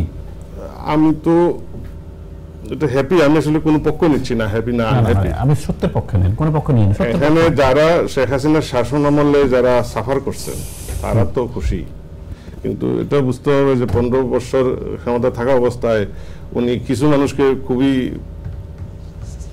কি বলে, মানে হ্যাঁ, বা কিছু লোক তো অ্যাবসলিউট ফ্রিডম ভোগ করছে। 18 কোটি মানুষের দেশে শেখ হাসিনার ভাগ কিন্তু অ্যারাউন্ড 50%।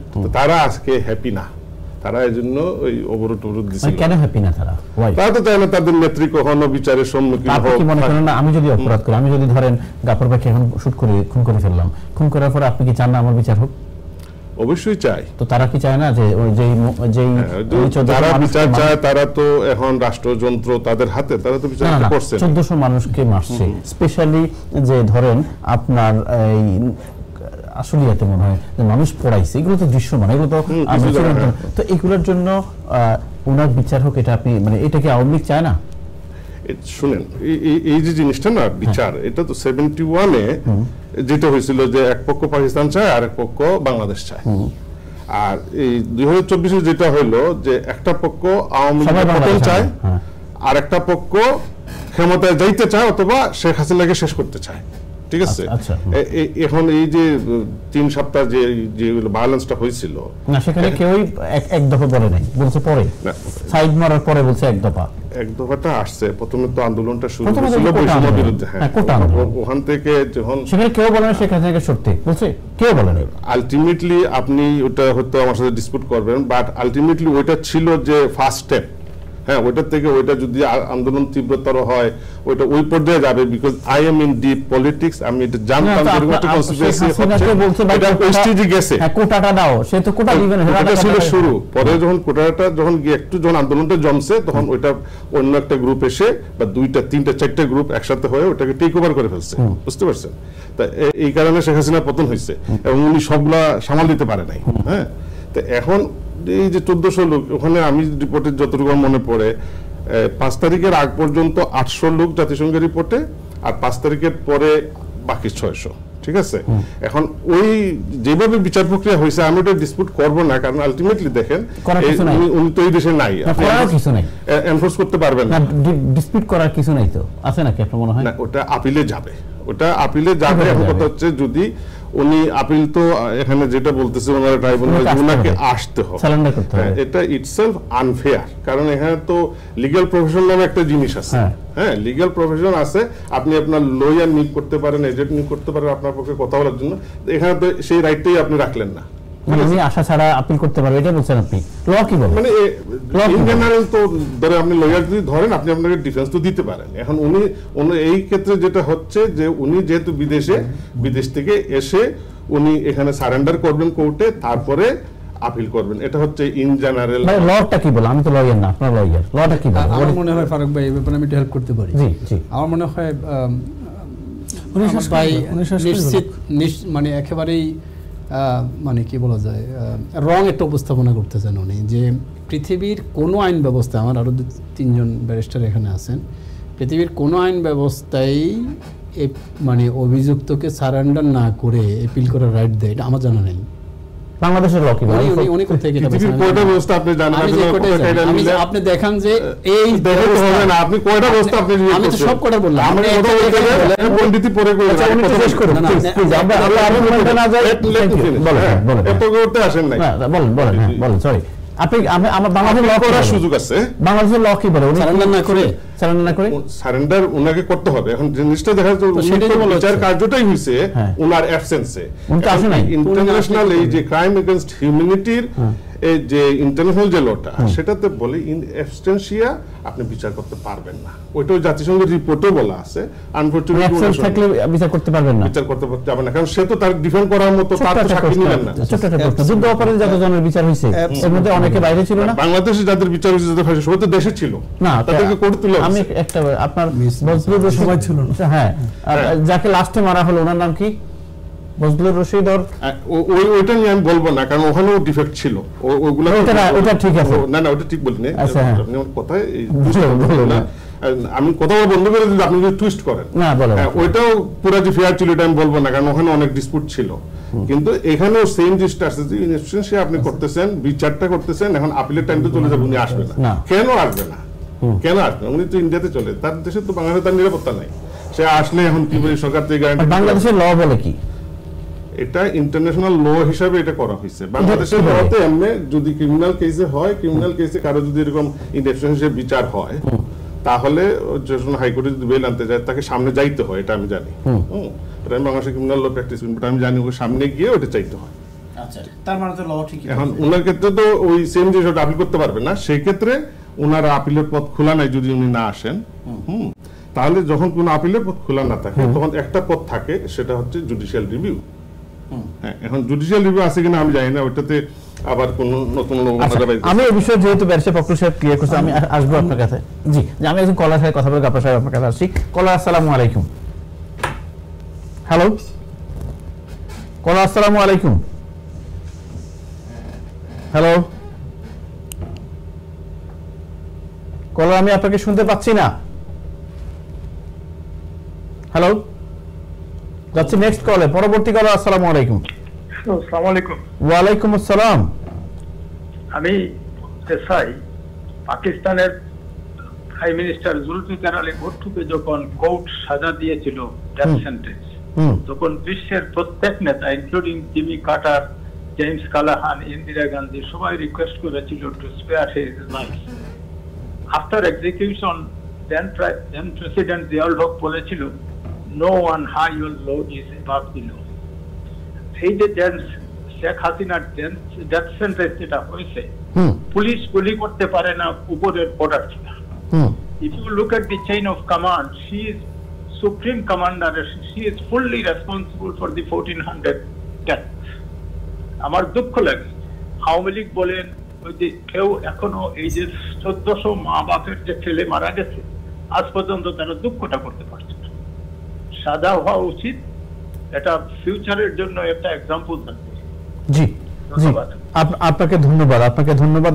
আমি আসছি ব্যারিস্টার ফখরুল সাহেব এবং যারা আপনার ব্যাপার সাহেব, আমি আসছি যাচ্ছি পরবর্তী যারা কল করবেন। আমরা আজকের এই বিষয়টা নিয়ে কথা বলতে চাই, অর্থাৎ যে রায় আজকে দেওয়া হলো এবং সেই রায় কিভাবে কার্যকর হবে। আমাদের একজন ব্যারিস্টার বলছেন আপিল নিয়া, এবং সেখানে ব্যারিস্টার ফখরুল সাহেব বললেন না, এটা এইভাবে আমরা একটু ক্লিয়ার করতে চাই। সবচেয়ে বড় কথা, জনাব লিয়াকত সাহেব ক্লিয়ার একটা কথা বলছেন যে আমাদের সাথে টিটি আছে, তাই না? আমরা অলরেডি একজন আসামিকে ফেরত পাঠিয়েছি আই বিলিভ। তাহলে তো ডেফিনেটলি তারা আমাদের বন্ধু যদি হয়ে থাকে, তাহলে আমাদের আসামিকে আমাদের জনগণের দাবিতে দিতে হবে। যাচ্ছি পরবর্তী কল। আসসালামু আলাইকুম। কল, আসসালামু আলাইকুম। ওয়ালাইকুম সালাম। জি, আপনার প্রশ্ন বা মন্তব্য আজকে বিষয় নিয়ে। জি, আমি কোনোদিন ফোন করি না, আজকে আমি করলাম ফার্স্ট রাজনীতির। আমার একটা প্রশ্ন, যে গুমটা কি যে বাড়াইছেন এটা মিশানি। আরেকটা প্রশ্ন, 57 জন সেনা অফিসারের জন্য মারা হইল, আবাদে মরার উপরে হারার গা তারারে আবার জেল হারাইল, এটা মিশানি। আর 1400 বা 14 জন মারাইটা ঠিক হয়েছেনি। Thank you, thank you. This is a valid, জি থ্যাংক ইউ, ভ্যালিড কোয়েশ্চন। যে ভাববেন 1400 জন বা সত্যি কথা বাংলাদেশের ব্যাকবোন ভেঙে দেওয়া হয়েছে, কিন্তু 57 আর্মি অফিসারকে হত্যা করে। যাচ্ছি পরবর্তী কল। আসসালামু আলাইকুম। শফিকুল আলম কুরাইশ, ফারুক ভাই ভালো আছেন? আলহামদুলিল্লাহ ভাই, আপনার প্রশ্ন সরাসরি। আমার প্রশ্ন হলো, শেখ হাসিনা দিনের জুলাই উপকরণের পরে জেনে তাই ইন্ডিয়া পলাতক হইলা, তাই যে এবার আগে তাই লন্ডন মেয়রের কিছু ফোন করছেন, আওয়ামী লীগের একজনের কিছু যে মেয়রের রিকোয়েস্ট করতা তাই না আরো বাংলাদেশে থাকতা। এখন জেনে তাই মৃত্যুদণ্ড হইছে, আপনারা কয়লা যে তাই না হাজির হইতা, তারপরে আপিল হইতো। তারেক রহমানের উপরে কতটা কেস আছিল জেনে, এটা তো সকলটা শেষ হয়েছে, তাই তো আর গিয়া হাজির হয়েছেন না বাংলাদেশে। ভাই আপনাকে ধন্যবাদ। লিয়াকত সাহেব নোট করবেন প্লিজ, আপনাকে ধন্যবাদ। আমি যাচ্ছি পরবর্তী কলে। আসসালামু আলাইকুম। যারা কল করবেন আজকের সাবজেক্ট শুধু, আমি অন্য সাবজেক্টে যাব না প্লিজ। আসসালামু আলাইকুম। কলা শুনতে পাচ্ছি না আপনাকে আমি। আসসালামু আলাইকুম। ওয়ালাইকুম আসসালাম। ফারুক ভাই ভালো আছেন? আলহামদুলিল্লাহ, আপনি কেমন আছেন? হ্যাঁ ভালো আছি ফারুক। আমি আপনার মাধ্যমে প্রবাসী ভাই এবং বাংলাদেশের জনসাধারণের কিছু এখানে আওয়ামী লীগ আছে সেখানে প্রতিরোধ করা হোক, কারণ এই আওয়ামী লীগের প্রধানমন্ত্রী শেখ হাসিনা তারা ফালাই দিয়ে গেছে দেশ ছাড়িয়া। এর লাগি আওয়ামী লীগ করার কোনো অধিকার নেই বাংলাদেশের মাটিতে। তার আওয়ামী লীগ করার কোনো অধিকার নেই, এটা তো আইন বা সরকার এটার ব্যবস্থা গ্রহণ করবে, জনগণ নেবে এটা। কারণ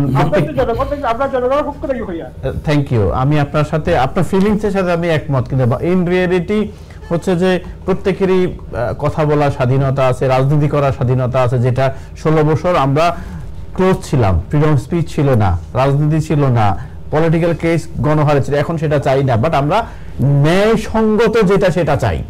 যদি আওয়ামী লীগ ন্যায়সঙ্গত রাজনীতি করতে পারে করুক, that's not a problem. But যেটা আজকে রায় হয়েছে সেটাকে সবাই বলছে যুগান্তকারী, বাংলাদেশের একটা এক্সাম্পল তৈরি হয়েছে এবং সেটি পরবর্তীতে যারা আমাদের প্রজন্ম রাজনীতি করতে আসবে আমরা দেখব, শিখব এবং মেনে চলবো। পরবর্তী কল। আসসালামু আলাইকুম। আসসালামু আলাইকুম। ওয়া আলাইকুম আসসালাম। ফারুক ভাই ভালো আছেন নি? আলহামদুলিল্লাহ। আপু আপনি কেমন আছেন? আলহামদুলিল্লাহ ভাইয়া ভালো আছি। আপনার মন্তব্য আজকের বিষয় নিয়ে বা প্রশ্ন? ভাইয়া রায়টা তো খুব খুশির বিষয়, রায়টা হইছে, ফাঁসি হইছে। আমরা মানে প্রবাসীরা যারা আছি তারা খুবই খুশি, দেশের মানুষও খুশি, কিন্তু রায়টা যত পর্যন্ত কার্যকর না হইব ততদিন পর্যন্ত তো বাইরে রায় কোনো মূল্যায়ন নাই। আচ্ছা, আমি আপনার মাধ্যমে কইতাম চাই ডাক্তার ইউনূস স্যারে যে ইউনূস স্যার থাকা অবস্থায় হাসিনারে ভারত থেকে আইনা টান ফার্সি কার্যকর কর্তা আর তান বডিটারে হাসিনার বডিটারে মমি কইরা যে জুলাই স্মৃতি জাতীয় জাদুঘর ওটার মাঝে সংরক্ষণ করে রাখতা, যাতে ইন ফিউচারে যেই গভর্নমেন্ট আয় ইলেকশন করার আগে এই জাদুঘর গিয়া এটারে ভিজিট করি আয়। আচ্ছা, আপনি চাচ্ছেন এটাকে মানে কবর না দেওয়ার জন্য? কবর না দিত না ভাই, মমি কইরা জেলাহান ফেরাউনের লাশে মমি করা। এত ক্ষিপ্ত এত রাগ আপনার ওনার উপরে? কারণ ভাই একটা বাচ্চা না, তাই অনেক আন্ডারেজ বাচ্চা মারছে, আর একটা মায় জানে বাচ্চার কষ্ট, এটা আর কেউ দুনিয়া কেউ বুঝতো না। কিন্তু ফাঁসির রায় হইছে আমরা খুশি, কিন্তু ফাঁসিটা যত পর্যন্ত কার্যকর না হইব হাসিনারে ভারতে কোনোদিন হাসিনারে ফেরত দিত না। আর এখন যারা হাসিনার দুঃখে হইয়া মাত্রা নানি, তখন তারারে মনে হয় কিতা যে করতাম এটা মানে প্রকাশ করার মতন না।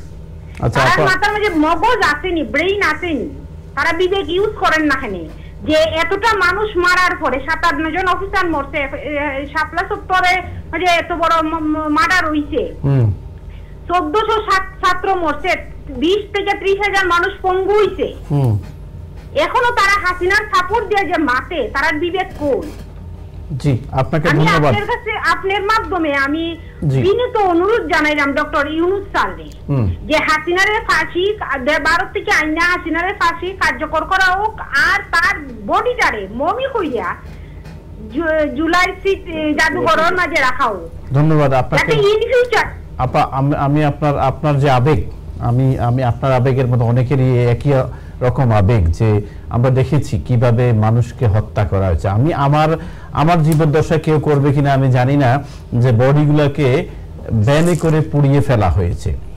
এটা কতটুকু মর্মান্তিক। ফরগেট হি আমার ভাই না, আমার কেউ না, আমার আত্মীয় না, কিন্তু সে মানুষ, সে মানুষ ছিল একদম। সবচেয়ে বড় কথা, যাই হোক এই বিষয়েও ওনার কথা বলবেন। আপনি মমির প্রস্তাব দিয়েছেন যে বডি রেখে দেওয়ার জন্য, যাতে এক্সাম্পল তৈরি হয় এবং সবাই শিখতে পারে। পরবর্তী কলার। আসসালামু আলাইকুম। আসসালামু আলাইকুম। ওয়া আলাইকুম আসসালাম। ফারুক ভাই ভালো আছেন? আলহামদুলিল্লাহ, আপনি কেমন আছেন? Sir very good. আজকে যে রায়টা হয়েছে ভাই, জি, we are very happy, but the reality is it will not happen. He is guided by India, and India is more or less superpower. Okay. Superpower আজকালকার জমানা যা বলে তাই হয়। আপনি দেখেন ইসরায়েলের নেতানিয়াহু 110টা না 50টা দেশ বলছে আইসিসি, ইন্টারন্যাশনাল ক্রিমিনাল কোর্ট। কি হলো? Might is right. United Nations nowadays is became Fortuso, and Modi don't want to give her to Bangladesh, and I think nobody will take from Bangladesh. Thank you. Thank you. আপনারা যারা লাইনে বসে আছেন, অনেকগুলো প্রশ্ন চলে আসছে। আমি একটু, যেহেতু 4 জন লয়ার, ওনারা ল নিয়েই তো ওনাদের কাজ, এবং আজকে কাজটাও লয়ের, আজকের জাজমেন্টটাও ল রিলেটেড। তো আপনারা আবার কথা বলবো, আমি যেন 2 আওয়ার্স টাইম, তো আপনার লাইনে একটু বসে থাকুন। আমি যাচ্ছি ব্যারিস্টার ফখরুল, আপনি ওনার লিগ্যাল এক্সপার্টিস নিয়ে কথা বলছিলেন। আমি বলতেছিলাম যে প্রথম কথা হচ্ছে আমার কাছে, উনি তো সিনিয়র মানুষ, মুরব্বী মানুষ, ওনার কাছ থেকে আমরা কিছু শিখবো। সে চিন্তা আমাদের সবসময় থাকে, উনি ব্যারিস্টার মানুষ। সো উনি যেটা আমি রেসপন্স করছি যে এটাই হচ্ছে স্বতঃসিদ্ধ আন্তর্জাতিক norm for every legal system in the world. If you want to do the appeal, you have to do the surrenders. But উনি আমাকে বললেন যে আমি পাণ্ডিত্যগিরি দেখাচ্ছি বা আমার মনে হচ্ছে যে আমাদের একটু হওয়া উচিত, সিভিক টক হওয়া উচিত। এখানে তো আমরা আসলে কেউ কোনো পলিটিক্যাল এজেন্ডা নিয়ে আসিনি, আমরা সবাই লয়ার। সো আমি আবারও বলছি, আই রিপিট এগেইন, যে এটাই হচ্ছে ইন্টারন্যাশনাল নর্মস, এটাই হচ্ছে এভরি লিগাল সিস্টেমের নর্মস, যে আপনাকে সারেন্ডার করতে হবে যদি আপনি আপিল করতে চান। যদি সে বাইরে থাকে, তাকে তো সেই সুযোগ দেওয়াই হচ্ছে। আপনি আসেন, তো এই কথাটা বলার আগে আপনি ইন্টারফেয়ার করলেন। আমি দুটোই বললাম, আইনে বেল আপনার হবে না, আপনি সামনে গিয়ে বেল যদি চান সারেন্ডার করে আপনি তো সারেন্ডার করবেন প্রথমে, পরে তো বেল চাইবেন। তো উনি যদি আপিল করে, আপিলের ক্ষেত্রে প্রথমে গিয়ে ওখানে সারেন্ডার করতে হবে, তারপরে উনি আপিল করবে। আপিল অ্যাকসেপ্ট যদি হয়, উনি বলবে আমি এখন বেল চাই। আপিল যদি বলে যে আপিল অ্যাকসেপ্ট হইলো বা তোমাকে বেল দিলাম না, দুইটা একসাথে। আচ্ছা, সেকেন্ড ইস্যু হচ্ছে যে মানে fail to surrender itself a separate criminal offence. আপনার বিরুদ্ধে যদি একটা যে কোনো ব্যক্তির ব্যাপারে যদি একটা এলিগেশন হয়, তাহলে ওইটা একটা ক্রাইম, এই এলিগেশন। কিন্তু আপনাকে যদি বেল কন্ডিশন দেয় অথবা সারেন্ডার করার আপনাকে অর্ডার দেওয়া হয়, ওইটাকে ফলো না করা হচ্ছে ইটসেলফ অ্যানাদার ক্রাইম। তো আমার কাছে মনে হচ্ছে যে শেখ হাসিনাকে যদি এই মামলায় মানে সামনে প্রসিড করতে হয়, তাহলে তাকে অবশ্যই সারেন্ডার করতে হবে। এক। 2 নম্বর হচ্ছে যে কথাটা আসছে, আমাদের ব্যারিস্টার লিয়াকত সাহেব বলছেন যে আমাদের যে চুক্তিটা আছে, এই চুক্তিটা যে কাগজে কলমে আছে তা না, এই চুক্তির বাস্তবায়ন হয়েছে। এই চুক্তি মানে আমি আর আপনি একটা চুক্তি করলাম, এটা ট্রিটি।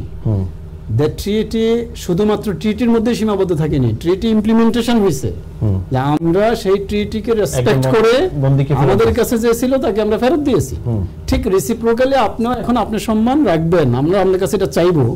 যা আমাদের আপনি দেখেন বাংলাদেশের, আমার মনে হয় এক কথাই যে এক সিস্টার এখন ফোন করলো, আমি যদি উনি মমি বানিয়ে বলতে মানে রাখতে চাইছে, ফেরাউন বলতে চাইছে, এটা তো আসলে মানুষের মানে কষ্টটা কোন পর্যায়ে এটা বুঝেন। বাংলাদেশের আপাময় জনসাধারণের এখন একটা আকাঙ্ক্ষা যে আমরা এই বিচারটা কাগজে কলমে বিচার থাকা আর বিচার ইমপ্লিমেন্ট করতে এক না, আমরা চাই এই বিচারটাকে যেন আমরা এক্সিকিউট করতে পারি। সেজন্য আমরা মনে করি যে আমরা যেমন ইন্ডিয়ার প্রতি রেসপেক্ট করে আমরা আমাদের মানে আমাদের কি বলা যায়, আমাদের পার্ট আমরা পারফর্ম করেছি, ঠিক একইভাবে প্রতিবেশী রাষ্ট্র তাদের দায়িত্ব পালন করে তারা এই অপরাধীকে আমাদের কাছে হ্যান্ড ওভার করবেন। যে বাংলাদেশের আঙ্গিকে উনি আসুক, অ্যাপিল করুক, অ্যাপিলে যদি উনি খালাস পায় কোনো আপত্তি নাই, কিন্তু ওনাকে আসতে হবে, সারেন্ডার করতে হবে, এবং আমরা চাই এই প্রাপ্য ওনাকে বুঝিয়ে দিতে। Thank you. ওখানে কিন্তু ওই চুক্তিতে আছে যদি পলিটিক্যাল পারসন হয় তাহলে কিন্তু তারা ফেরত দিতে বাধ্য। আচ্ছা, এই বিষয়ে আমি জনাব নুরুল গাফফার, ব্যারিস্টার নুরুল গাফফার, আপনার কাছে জানতে চাচ্ছিলাম, স্পেশালি যে কথাটা উনি শেষ করছেন যে আমাদের মধ্যে একটা টিটি আছে এবং এটা প্র্যাকটিক্যালি ইউজও করা হচ্ছে, যে বন্দি বিনিময় চুক্তি যেটাকে আমরা বলি, এবং এই বিষয়ে সরকার ইন্ডিয়া সরকার আমাদেরকে দেবে কিনা, যদি না দেয় তখন ওয়েল, এখন এক্সট্রাডিশন ট্রিটিটা হচ্ছে একটা বায়োলেটারাল ট্রিটি, দুইটা দেশের মধ্যে চুক্তিটা। এখন এক পক্ষ যদি চুক্তিটার কোনো ধারা মান্য না করে, কিন্তু তাহলে পরে এখানে ইউনাইটেড নেশনসের ইন্টারভেনশনের সুযোগ কম। বাট এটা তো একটা আসলে শুধুমাত্র দুই পক্ষের ইয়াস নোর ব্যাপার না, ইন্টারন্যাশনাল একটা প্রেশারের বিষয় আছে, ইন্টারন্যাশনাল একটা সভরেন স্টেটের তার স্ট্যাটাসের বিষয় আছে। All this Bangladesh and India তারা অবশ্যই ইন্টারন্যাশনাল নর্মস অ্যান্ড ট্রিটির প্রতি অবলাইজ থাকবে, মান্য করতে বাধ্য হবে। এই ইমপ্রেশনটা সবখানে দিচ্ছে, ইনক্লুডিং ইউনাইটেড নেশনস এবং এভরিহোয়ার। এখন কেউ যদি ইরেশনালি একদম গিয়ে বলে যে না আমি এটা মানব না, যদিও এখানে এই চুক্তির মধ্যে কিছু ইন্টারপ্রিটেশনের সুযোগ ইন্ডিয়া ব্যবহার করছে। ওয়ান অফ দেম ইজ যেই অপরাধে শাস্তিটা হলো, এটা দুইটা দেশেরই অপরাধে আইনে লোকাল আইনেও অপরাধ হিসেবে ট্রিট হতে হবে। বাংলাদেশের এই ইন্টারন্যাশনাল ক্রাইমস অ্যাক্টের আন্ডারে ক্রাইমস এগেনস্ট হিউম্যানিটি মানবতার বিরুদ্ধে অপরাধ, সেটা একটা crime. But similar counter Indian local লতে একদম এক্স্যাক্টলি সেরকম নাই। এবং এরা বলছে যে ওই যে পলিটিক্যালি পারপিট্রেটেড বা পলিটিক্যালি পোর্ট্রেড একটা, এটা তো পলিটিক্যাল না, না আমি আসছি। তো সেটাকে ইন্ডিয়ান দৃষ্টিভঙ্গিতে সেটা সে উপস্থাপন করার একটা প্রচেষ্টা ওনারা নিচ্ছেন বা ওনারা সেভাবে ট্রিট করছেন। ফলে বাংলাদেশ আগেও এক বছর আগে একটা রিকোয়েস্ট পাঠিয়েছে, সেটা হিমাগারে চলে গেছে, কোনো রেসপন্স তারা করে নাই। এবং আজকে মোস্ট প্রবাবলি আরেকটা রিকোয়েস্ট যাচ্ছেন যখন জাজমেন্ট হয়ে গেছে। জাজমেন্ট হয়ে গেলে তো এটা একদম কংক্রিট যে সেটা তাকে সে is convicted wanted by Bangladesh, তাহলে পরে এটাকে না করার খুব বেশি অপশন ইন্ডিয়ার নাই। সো হাওবার আমি আজকে সকালে যে CNN এর সাথে আল জাজিরার সাথে শ্রী রাধা দত্ত ওনার ইন্টারভিউ দেখছিলাম, যে উনিও বলছেন যে শেখ হাসিনা সময়ে আনআর্মড নিরস্ত্র ছাত্র বিক্ষোভকারীদের উপরে 36 দিনে একটা পুলিশ এবং যে ল এনফোর্সিং এজেন্সি ব্রুটালি তারা ফোর্স এক্সারসাইজ করেছে, ফলে মিনিমাম 1400 মানুষ মারা গেছে এবং 20,000-এর উপরে মানুষ পঙ্গুত্ব বরণ করেছে, বিভিন্নভাবে আহত হয়েছে। সেটা তো ফ্যাক্ট। এখন শেখ হাসিনা তখন প্রাইম মিনিস্টার ছিলেন, সুতরাং কমান্ডিং রেসপন্সিবিলিটি ওনার উপরে আসে, রাইটলি যেটা ইমন ভাই বলেছেন। সুতরাং ওনারা যদি বলেন না আমি দোষী না, তাহলে বাংলাদেশের কোর্টকে ওনাদের রেসপেক্ট করতে হবে। উনি যদি বলেন যে না ঠিক আছে আমি বাংলাদেশের, ওনারা তো অল্টারনেটিভ কোনো ভ্যানিউ দেন নাই, তাহলে বিচারের কি উদ্দেশ্য হাসিনা? এই মানুষগুলো কি মারা যায়নি? মারা গেছে তো, এবং কি ওনার ফোর্সে এটা মেরেছে। তো এখন উনি বলছেন যে এই যে টাইমসে একটা সাক্ষাৎকার দিয়েছেন এবং বিভিন্ন ইন্টারন্যাশনাল মিডিয়াতে উনি সাক্ষাৎকার দিয়েছেন, যেখানে উনি ডাইরেক্টলি বলেছেন যে আসলে ল এনফোর্সিং এজেন্সি এখানে ভুল করেছে, হ্যাঁ মানুষ মেরেছে। আবার কোনো এক জায়গায় উনি ইনডাইরেক্টলি উনি যে রেসপন্সিবিলিটি সুপ্রিম রেসপন্সিবিলিটিটা উনি ওন করেছেন। তাহলে যদি ওনার স্বীকৃতভাবেই হচ্ছে ওনার একটা রেসপন্সিবিলিটি উনি এই যে রিসেন্ট টাইমসে নিয়ে ফেলেছেন, তো নিয়ে ফেললে তাহলে তো উনি বিচারের ঊর্ধ্বে না। তো বাংলাদেশে একটা কোর্ট চলমান ছিল, ওনার ডাকা হয়েছে যে আপনি আসেন, যে ওনার আইজিপি এটা বিচারের মুখোমুখি হয়েছে, সে সাক্ষ্য দিয়েছে, সে নিজেকে ডিফেন্ড করতে পারে নাই, সে দোষ স্বীকার করেছে। এখন শেখ হাসিনা যদি মনে করেন যে না আমি তো তাকে বলি নাই করতে, যদিও কল রেকর্ড দেখা যাচ্ছে হাসিনা বলেছেন এবং ফরেন্সিক টেস্ট যেটা ফরেন্সিক রিপোর্ট সেটা বলেছে, ওনারই এটা কণ্ঠস্বর, এটার এগেনস্টে তো উনি কোনো ফরেন্সিক টেস্ট সাবমিশন করেন নাই। এবং যদি মনে করতেন যে এটা ওনার না, ওনার ডিফেন্ড করার কিছু আছে, তাহলে হয়তো উনি করতেন। বা যদি মনে করে যে এটা বাংলাদেশে আমি ন্যায় বিচার পাবো না, বলে বলেন যে আমি ভাই ইন্টারন্যাশনাল কোর্ট ও ক্রিমিনাল কোর্টে নিজেকে সুপর্দ করতেছি, ওখানে আমাকে বিচার করো, অথবা ইংল্যান্ডের কোনো কোথাও, অথবা অন্য কোনো থার্ড কান্ট্রিতে। সেটা বিচারহীন থাকার জন্য তো আপনি উঠতে থাকতে পারেন না, সেটা উনি অপশনও স্বীকার করছেন না। তাই বলে আইদার এই যে পালিয়ে বেড়া বা এই বিচারকে প্রশ্নবিদ্ধ করার চেষ্টাটা ওনার অপরাধকে ঢাকারই একটা প্রবণতা হিসেবেই বরঞ্চ দেখা যাচ্ছে, এটা আর অন্য কিছু না। সুতরাং এই ঢাকা থেকে উনি পালাতে পারবেন না, এটা সুস্পষ্ট আজকের এই জাজমেন্টের মধ্যে হয়েছে।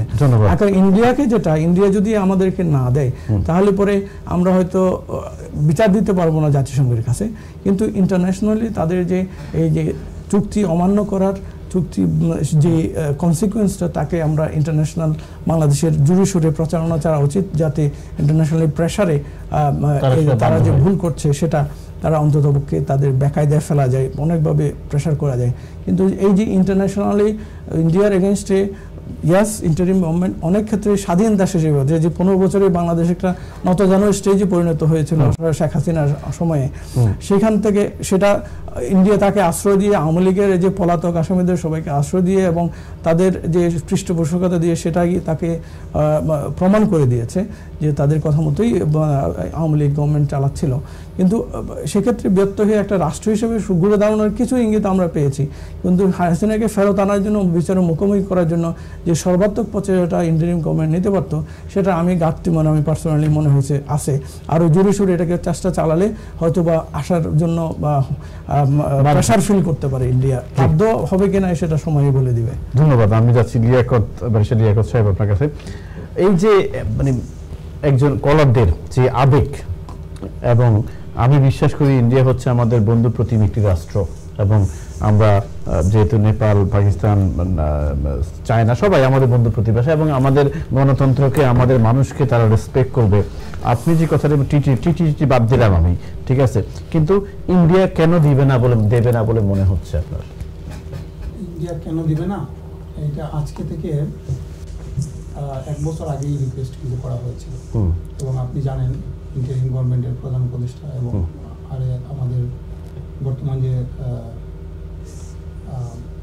যিনি ইন্টারন্যাশনাল সাইটটা দেখেন উনি রিকোয়েস্ট করেছেন, জি, এবং বলেছিলেন ওনাকে ফেরত দেওয়ার জন্য। ওনারা সেটাতে কোনো রেসপন্স করেন না, এবং উনি বলেছিলেন অ্যাটলিস্ট ওনার মুখটা যেন বন্ধ রাখা হয়। তার রেসপন্সে ইন্ডিয়া গভর্নমেন্ট থেকে তারা যেটা বলা হয়েছে যে এটা আমরা ওনার সোশ্যাল মিডিয়াতে আমরা এটা ইন্টারন্যাশনালি এটা আমরা করতে পারি না।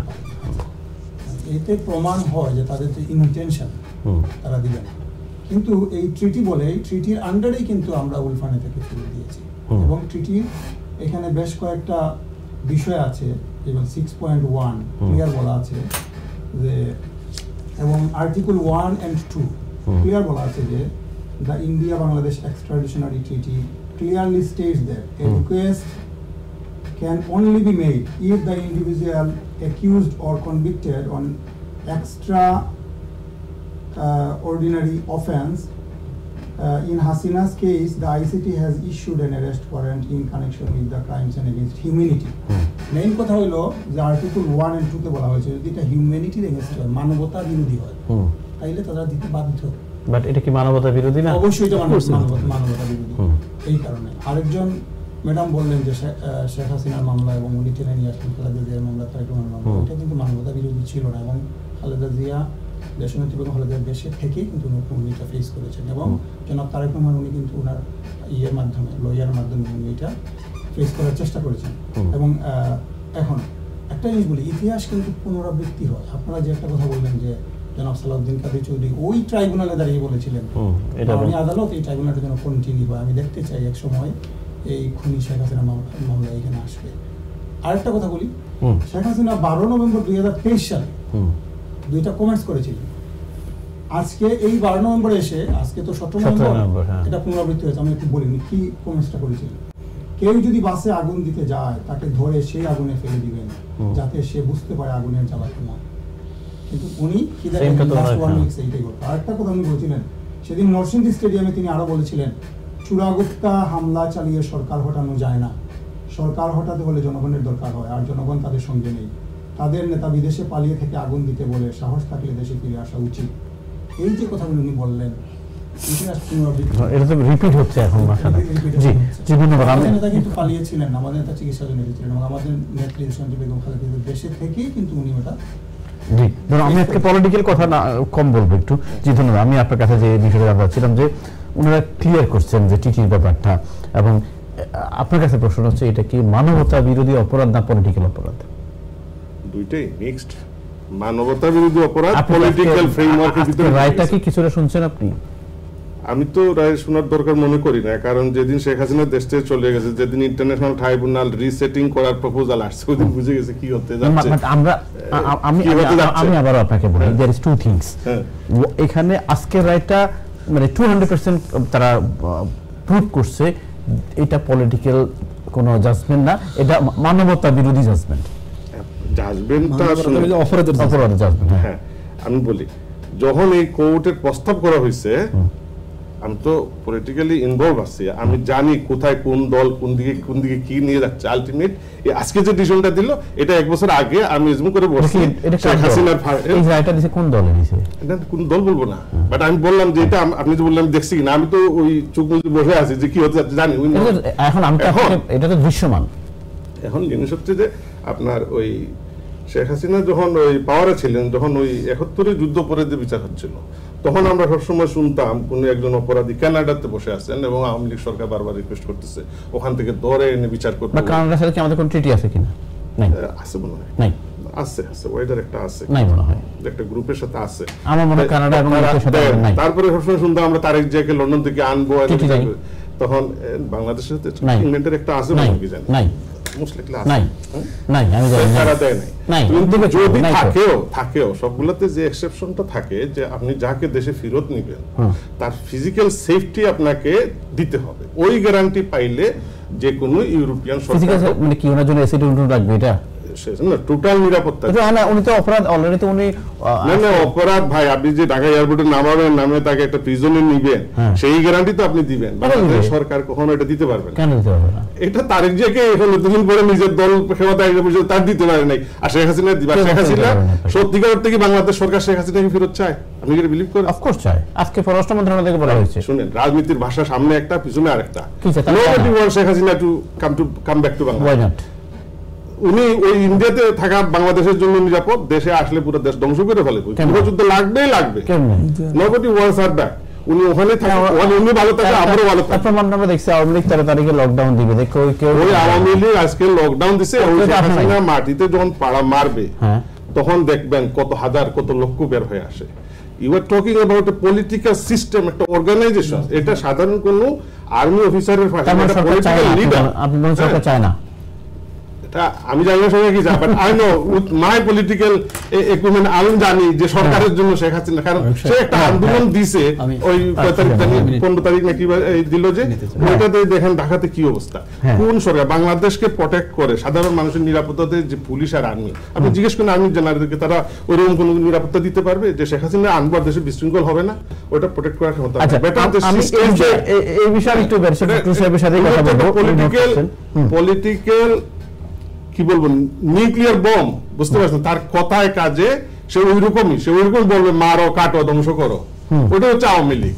ওইটার কারণেই 70 তারা পাকিস্তানের বিরুদ্ধে টিকতে পারছিল। ওই নেচার তারা চেঞ্জ করবে না। এখন আপনি বিচার করছেন, আপনি নিশ্চিত করেন কিভাবে তাকে ঝুলাবেন, যদি আপনি পারেন। জি, আমি একটু আসছি আপনার সাথে এই বিষয়ে আরেকটু কথা বলবো, তার আগে আমি কলার সাথে কথা। কলার, আসসালামু আলাইকুম। জি, ওয়ালাইকুম আসসালাম। বিএনপি প্রতিনিধি আছেন, একটু লাউডলি বলুন, আপনার ফোন লাউড স্পিকারে মনে হয়। আমি পলিটিক্যাল কথা বলছি না, বা বিএনপির একজন আছে, নাম বলুন না, আপনি ফাইন্ড আউট করেন কে উনি। আমার একটা প্রশ্ন হইল কি, একটা মিনিট সময় দিবা? জি বলেন। আমি সাইদি সাহেব একবার কইছিলাম যে এই বলেন না, সাইদি সাহেব একবার কইছিলাম যে একটা কমেন্ট বানাইছিল যে কুম্বাইদি বাঘবার কত পাইতে নাই, কোনো গাছও পাইতে নাই, বাট আওয়ামী লীগ তো বাগিয়া বা ইন্ডিয়া পাই গেছে। এখন বিএনপি যখন পাওয়ারও আইব, কারণ অলরেডি বিএনপি আরম্ভ করে দিছ আওয়ামী লীগের সুরে মাত কথা, যে দাড়ি টুপি থাকলেও এরা ওই লোক ধর্ম ব্যবসায়ী, এর বাদে ধর্ম লইয়া ব্যবসা করা, আওয়ামী লীগের সুরে মাত্রা, জামাতের কথা মাত্রা দেশ বিরোধী। ঠিক আছে, আমি আওয়ামী লীগ করি না, বিএনপিও করি না, জামাতও করি না, বাট আমি কইতাম যেটা বয় লাগে রাখি যে অলরেডি তেন আরম্ভ করে দিছ আওয়ামী লীগের সুরে মাত। এখন যদি টানটানোর আওয়ামী লীগের অবস্থা হয়, আওয়ামী লীগ তো গেছে ইন্ডিয়া, বিএনপি ভাই বলবেন বা জামাতের ভাই বলবেন। আমি একটা প্রশ্ন আপনাকে করি, আপনি তো বলছেন আপনারা তো শেখ হাসিনার কইরা, শেখ হাসিনার মৃত্যুদণ্ড ইটলগি কার্যকর মাত আপনারা মাত্রা, আসলে আসল মাত যেটা আপনারা মাতবার একটা মাতকা যে ইলেকশনের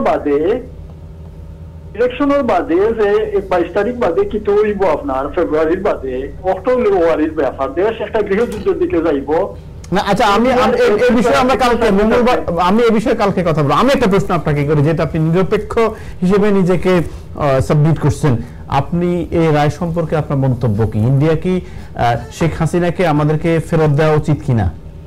না না, ইন্ডিয়া ইন্ডিয়া আওয়ামী লীগ যেটা হাসাদের জিনিস, শেখ হাসিনারে তো ফেরত দেওয়া তো এটা দূরের কথা ভাই, শেখ হাসিনা ফেরত আইতো না, বাট যেটা ওয়ারি লাগে ইলেকশনের বাদে দেশ একটা, আমি আপনি স্কিপ করে যাবেন না, দেশ একটা গৃহযুদ্ধের দিকে যাবে। আমি দেশ কোন দিকে যাবে এটা কালকে আলোচনা করব। আমি আপনাকে প্রশ্নটা করছি, ইন্ডিয়া কি শেখ হাসিনাকে ফেরত দেওয়া উচিত কিনা? ইন্ডিয়া একটা সুপার পাওয়ার, এটা হলো তারা চয়েস। না, তারা চয়েস না। আপনি কি মনে করেন? আপনি কি মনে করেন? আমি বা বাংলাদেশের গভর্নমেন্ট বা বাংলাদেশের সিভিলিয়ান হলে কোনটা মনে করে এটা ইন্ডিয়ার কাছে ইম্পর্টেন্ট নাই। আমাদের সমস্যাটা হচ্ছে এটাই যে আমরা সত্যকে সত্য বলতে পারি না, বুঝছেন তো, যে দেশ যুদ্ধের দিকে যাবে জামাত বিএনপি, এটা কোনো ডিফারেন্স বানাইতো না। বাংলাদেশের মানুষের একজন অপরাধীকে দেশে এনে শাস্তি দেওয়া হোক, এটা আপনি চান না? এটা আপনি কইবা বাংলাদেশের মানুষের এক গ্রুপে কইবা আপনারা। আমি বলছি বাংলাদেশের বিচার ব্যবস্থা আজকে রায় দিয়েছে, মৃত্যুদণ্ড দিয়েছে একজন আসামি। সেই আসামিকে বাংলাদেশে এনে তার সাজা প্রদান করা হোক, এটা কি আপনি চান? না না, আমি এখন যে ক্রেডিবিলিটি যেটা এই ট্রাইব্যুনালের ক্রেডিবিলিটি লস্ট হয়ে গেছে, যে আব্দুল্লাহ আল মামুনের 5 বছরের জেল দেওয়া হয়েছিল। আমার রাজসাক্ষী সত্যি স্বীকার করছে। রাজসাক্ষী হইলে ইদেশও যদি কেউ যদি কোনো ক্রাইম করে, একটা লিনিয়েন্সি বলতে আপনি হইতে পারবা, বাট আপনি জেলও যাইতে হইব। আপনার টার্ম আপনি যদি মার্ডার করো, সে তো জেলে যাচ্ছে, 5 বছর তো জেলে, 5 ইয়ার্স। না না, এটলিস্ট আব্দুল্লাহ আল মামুনের লাইফ, এবং সে ছিল গভর্নমেন্ট অফিসার, তাকে আদেশ দেওয়া হয়েছে হাই কমান্ড থেকে। ঠিক আছে ভাই, শেখ হাসিনা রাজসাক্ষী হইয়া আব্দুল্লাহ আল মামুনের কইতা আছিল ইয়া যে আব্দুল্লাহ আল মামুনের করছেন সবটা করে নাই তো, রাজসাক্ষী হয় নাই তো, আসার জন্য রিকোয়েস্ট। আপনার কথাটা তো আপনি ভাই আমার রিকোয়েস্ট, আপনার এই যে আপুটা ফোন করছে, আমি উনার আবেগের সাথে একমত। আপনি সত্যি কথা বলেন। কথাটা হচ্ছে যে একজন আসামি রায় দেওয়া হয়েছে, উনাকে দেশে এনে সেই রায়টা বাস্তবায়ন করা হোক, এটা কি আপনি চান? ভাই শেখ হাসিনা তো আপনাকে ধন্যবাদ। আমি রিকোয়েস্ট করব, যেই হোক, বিএনপি হোক, জামাত হোক, আওয়ামী লীগ হোক, যারা এই মানবতা বিরোধী অপরাধ করবে, মানুষকে পুড়িয়ে মারবে, প্লিজ আপনি যদি হিউম্যান হন তাদের পক্ষে কথা বলবেন না। পরবর্তী কলার। আসসালামু আলাইকুম। আসসালামু আলাইকুম। ওয়ালাইকুম আসসালাম। স্কুল শেখ হাসিনা নাটা হইছে, দেশের মানুষ খুশি হইছে। আচ্ছা, এখন উনাকে আনা যায় কিভাবে বলেন তো? হ্যালো, উনাকে বাংলাদেশে আনা যায় কিভাবে? বাংলাদেশে আনা যাইব বাংলাদেশের আইন দিয়া, ইন্ডিয়ার লোকে যে বিজনেস চুক্তি আছে, চুক্তির কন্ট্রাক্ট ভাঙতে হইব। ওকে, বাংলা তো ওইজন্যে আনা যাইব। জি, আপনাকে ধন্যবাদ। একটু সংক্ষেপে বলবেন যারাই কল করবেন। পরবর্তী কলার। আসসালামু আলাইকুম। আসসালামু আলাইকুম। কলা শুনতে পাচ্ছি না, আমি একটু পরে আসছি, আমি যাচ্ছি আবার নুরুল গাফফার আপনার কাছে। এই যে আমাদের এমানুল সাহেব যে কথাগুলো বললেন, উনি অবশ্যই চিঠির কথা বলছেন, এবং উনি বলছেন এটা মানবতা বিরোধী অপরাধ কিনা, পলিটিক্যাল উনি এক্সপ্লেইন করছেন। আপনার মতে কতটুকু লজিক্যাল, এটা কি মানবতা বিরোধী অপরাধ না পলিটিক্যাল অপরাধ? ওয়েল, উনি যেটা বলছেন ওভারল্যাপিং আছে, কথাটা তো সত্যি। মানবতা বিরোধী অপরাধ শেখ হাসিনা করেছে পলিটিক্যালি পাওয়ার হোল্ড করে এবং পলিটিক্যাল লোভের পরে ক্ষমতার অপব্যবহার করে। এটা প্রাইম মিনিস্টারের যে পলিটিক্যাল পজিশন, এবং এই পজিশনটা অ্যাবিউজ করেই উনি এই অপরাধগুলো। এটা কি রাজনৈতিক অপরাধ না, পলিটিক্যাল অপরাধ না? হ্যাঁ, দুটোই মানবিক। তাহলে এটাও সত্যি কথা যে ইন্ডিয়াতে যদি চিঠিতে যদি লেখা থাকে যে পলিটিক্যাল অপরাধ হলে আমরা দেব না। পলিটিক্যাল অপরাধ, হ্যাঁ, এটা তো তারা একটা ইন্টারপ্রিট করবে, কিন্তু আপনি আবার এখানে অপরাধ এবং পলিটিক্সটাকে সেগ্রিগেট করারও সুযোগ আছে। আমি যখন একটা পজিশনে থেকে অপরাধ করি, এখানে কোথাও আপনি প্রাইম মিনিস্টার, প্রেসিডেন্ট, সেখানেও দেখা যায় ইভেন ইয়ার মধ্যে যেটা ট্রাম্পকে নিয়ে গত বছরে অনেকগুলা বিতর্ক হলো, ইভেন তাদের সিনেটে বিতর্ক হলো, যে জাজমেন্ট হলো যে তার টোটাল ইমিউনিটি হবে কিনা। হ্যাঁ, আগে ছিল কি ক্রিমিনাল ক্রাইম যদি করে কেউ সেটার ইমিউনিটি নাই, আদারওয়াইজ কিন্তু কোনো পজিশন হোল্ড করলে তার একটা ইমিউনিটি আছে। সুতরাং এখানে আপনার পলিটিক্যাল পজিশনে যদি কোনো হইতেছে গ্রেভিং, তার অনেক আরও ক্রাইম আছে, লাইক ক্ষমতার ব্যবহার করেছেন, নির্বাচন দেয় নেই, তারপরে হচ্ছে গুম খুন করেছে, এক্সট্রাডিশন করেছেন, এবং হচ্ছে বিভিন্ন ধরনের মানি লন্ডারিংয়ের অসংখ্য অভিযোগ আছে। এই যে ধরেন যে পলিটিক্যাল অ্যাবিউজ করে ইলেকশন হতে দেয় না, এটা এক ধরনের অপরাধ, কিন্তু এটার জন্য বিচার হতে পারে, হবে হয়তো ফিউচারে। সেটা যদি শুধু এখানেই সীমাবদ্ধ থাকতো তাহলে বলা যেত যে এটা পলিটিক্যালি আপনি করছেন। এখানে এটা টুইস্টিং করার, পলিটিক্যাল কালার দেওয়ার হয়।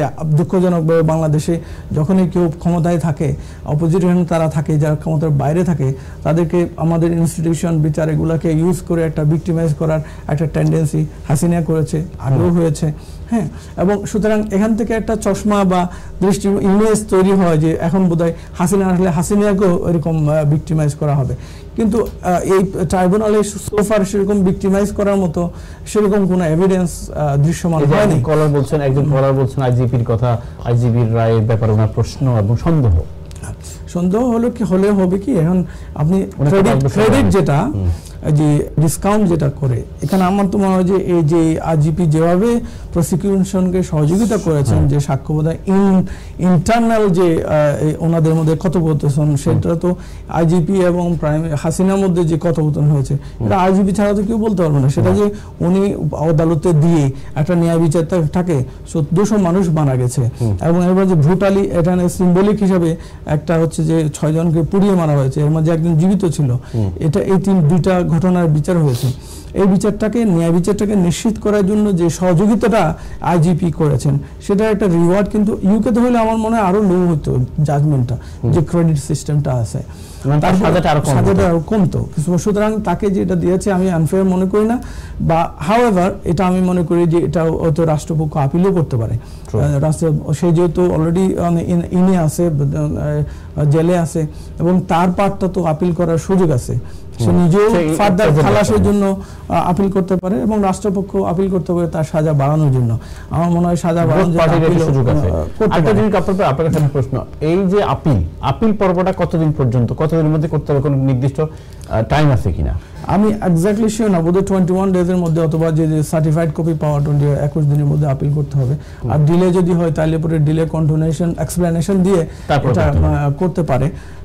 হাউএভার আমি যেটা বলতেছিলাম যে আপিল তো করার কথা, যে আসলে ন্যায় বিচার বা নিজেকে নামটা ক্লিয়ার করার জন্য ডিউ প্রসেসের মুখোমুখি হওয়ার মতো সৎ সাহস আছে। হাসিনার তো সৎ সাহস নেই, সে হলো বাইরে থেকে খালি ওই দুল পাঠাইয়া একটা অপপ্রচার চালাইয়া পালাই বেড়াচ্ছে, বা সে যে কোনো রকম কোনো কোর্টারই মুখোমুখি সে হতে চায় না। সে নিজেকে সব ধরাচোর বাইরেই মনে করতেছে, এবং সেই অবস্থায় তো আপনি সে সারেন্ডার করবে না, তাকে সুযোগ দেওয়া হয়েছে কিনা, এই কোয়েশ্চেনগুলো তো খুবই অবান্তর, কারণ সে তো সেটা মুখোমুখি হওয়ার জন্যই রাজি না। সুতরাং একজন কে খুন করেছে, এখন এই খুনগুলা কিন্তু বাংলাদেশ যদি সেটাকে আর্গু করে যে দেখো সে যে 1400 মানুষকে খুন করেছে, this is beyond his authority গিয়ে করেছে। সুতরাং এটার সাথে রাজনীতির কোনো যোগাযোগ নাই, সে যদিও সে লিঙ্ক করার চেষ্টা করছে, একটা পিওর ক্রাইম সংগঠিত হয়েছে। সেটা যদি সেভাবে উপস্থাপন করতে পারে এবং ভালোভাবে পার্সু করে, আমি বলি যে ইন্ডিয়া যদি নাও দেয় তাহলে ইন্ডিয়াকে ভালো মতো ইন্টারন্যাশনালি ডিপ্লোম্যাটিক্যালি কোণঠাসা করা সম্ভব।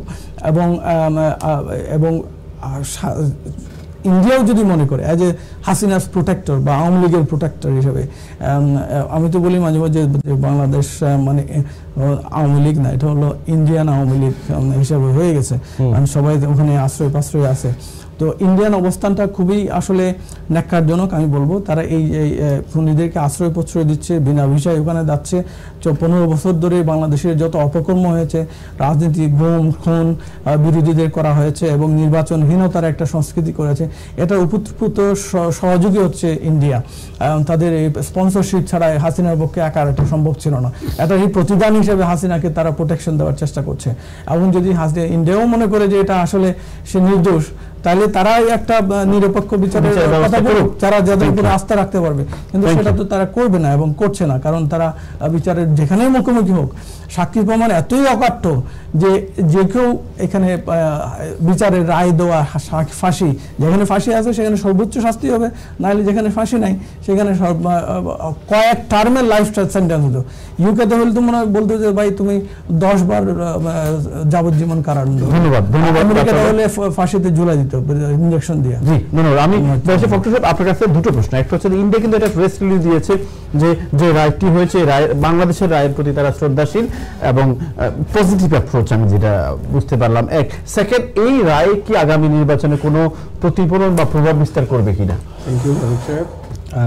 আপনার সেকেন্ড কোশ্চেন আনসারটা একটু বেশি তাৎপর্যপূর্ণ আমি মনে করি। জি, এই রায়ে আগামী নির্বাচন না, এই রায়ের মাধ্যমে আগামীর বাংলাদেশের উপরেই একটা ইম্প্যাক্ট পড়বে। সেটা হচ্ছে যে এই রায়ের মাধ্যমে এটাই এস্টাবলিশড হলো, যদি আমরা এটাকে আসলে মান্য করি, সেটা হচ্ছে বাংলাদেশে আর কোনো স্বৈরশাসকের তৈরি হবে না।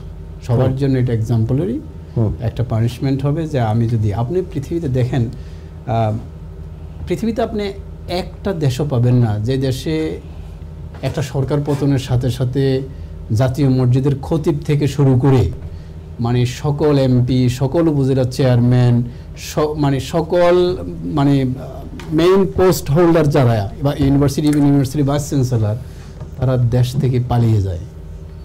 এটা আর পৃথিবীর কোথাও নেই। হয়তো আপনি দেখবেন, ইভেন আপনি দেখেন আসাদ, সিরিয়ার আসাদ, সে নিজে পালিয়ে গেছে, হয়তো সাঙ্গপাঙ্গ কিছু গেছে, কিন্তু আপনি এরকম কোনো রেকর্ড দেখবেন না যে একেবারে সবাই চলে যাচ্ছে। সেকেন্ড হচ্ছে যে আইজিপি মামুন সাহেবের যে বিষয়টা, এটা আমরা আসলে কিছু মিসআন্ডারস্ট্যান্ডিং আছে আমাদের লিগ্যাল মানে ইয়েতে, কি বলা যায়, অ্যাকচুয়ালি লিগ্যাল আর্গুমেন্টে। সেটা হচ্ছে যে আব্দুল্লাহ আল মামুন সাহেবকে কেন লঘুদণ্ড দেওয়া হয়েছে। লঘুদণ্ড দেওয়া হয়েছে এটা আমরা মনে করি, কেউ মনে করি তারও তো যাবজ্জীবন হওয়া উচিত ছিল, কেউ মনে করতে পারি তার ফাঁসিও হওয়া উচিত ছিল। কিন্তু আসলে লঘুদণ্ড কখন দেওয়া হয়, একজন রাজসাক্ষীর কি রাইট আছে এবং একজন রাজসাক্ষীর তাৎপর্যতা কি, এবং একজন রাজসাক্ষী কি মানে মানে প্রিভিলেজ পেতে পারে, এটা আমাদের জানা দরকার। আপনি দেখবেন এই জাজমেন্টে 4 থেকে 5টা মানে বিষয়কে অ্যাড্রেস করে বলা হয়েছে যে কেন তাকে লঘুদণ্ড দেওয়া হয়েছে। নাম্বার 1, যে আব্দুল্লাহ আল মামুন সাহেবের মানে অফেন্সের যে অ্যাকুরেট অ্যাকাউন্ট, এটা ক্রেডিবল মনে হয়েছে জাজদের কাছে, যে উনি যে কথাগুলো বলেছেন, ক্রাইমটা কিভাবে সংগঠিত হয়েছে, এটা খুবই ক্রেডিবল একটা উইটনেস হিসেবে উনি নিজেকে প্রেজেন্ট করেছেন। সেকেন্ড হচ্ছে উনি নিজে বলেছেন যে এই যে চেইন অফ কমান্ড লঙ্ঘন করেও নিয়মিত আসাদুজ্জামান কামাল সাহেবের স্বরাষ্ট্রমন্ত্রীর বাসায় চেইন অফ কমান্ড লঙ্ঘন করেও XYZ নামগুলো বলা হয়েছে, তাই না, মনিরুল, তারপরে আপনার মানে হারুন সাহেব, এরকম অনেকেই, তাদের বেশ কয়েকজনের নাম বলা হয়েছে। তারা নিয়মিত সেখানে বৈঠক করতেন, বৈঠক করে ওই রাত্রে সিদ্ধান্ত নিতেন যে কিভাবে দমন করা হবে, কিভাবে অপারেশন করা হবে, কাকে কোন ইয়ে দেওয়া হবে। এবং সেখানে উনি ক্লিয়ারলি বলেছেন যে এখানে পুলিশের চেইন অফ কমান্ড ছিল না, উনি যদিও উনি সিম্বলিক হেড অফ দ্য মানে পুলিশ ডিপার্টমেন্ট, কিন্তু পুলিশ ডিপার্টমেন্টের কমান্ডে কিন্তু চলেনি, সেখানে কমান্ড চলে গেছে হলো সুপিরিয়র কমান্ডার কাছে, আপনি স্বরাষ্ট্র মন্ত্রণালয়ের কাছে। স্বরাষ্ট্রমন্ত্রী সেখানে ইনভলভ ডাইরেক্টলি, যে একটা গুলি করলে একটাই মরে আর একটা সরে না। তাই আমরা ভিডিওগুলো দেখছি। তারপরে শেখ হাসিনা নিজে সেখানে কমান্ড করতেছেন। এখন প্রাইম মিনিস্টার যখন কমান্ড করে, আপনি আইজিপি আসলে তো সেখানে আমি পাওয়ারলেস। এইটা উনি খুব ভালোভাবে ওনাকে মানে এস্টাবলিশ করতে পেরেছেন, এবং এই অ্যাকুরেট স্টেটমেন্টটাকে অনারেবল জাস্টিসরা মনে করেছেন যে এটা কারেক্ট, এবং সেই জন্যই ওনাকে লঘুদণ্ড দিয়েছেন। লঘুদণ্ড প্রাপ্য ওনার, আমার আন্ডারস্ট্যান্ডিং ওনার লঘুদণ্ড প্রাপ্য, যেটা আমাদের গাফার ভাই বলেছেন যে হয়তো এই দেশে হলে লঘুদণ্ড আরো লঘু হতো। বাংলাদেশের ক্ষেত্রে হয়তো আমাদের ইমোশন আছে সেখানে, আমরা ডাইরেক্ট ভিকটিম। আপনি যখন ভিকটিম তখন আপনার চেতনাবোধটা কিন্তু নিউট্রাল থাকে না, বিকজ আপনি ভিকটিম, আপনি কিসের আবার নিউট্রাল, আপনি তো ভিকটিম।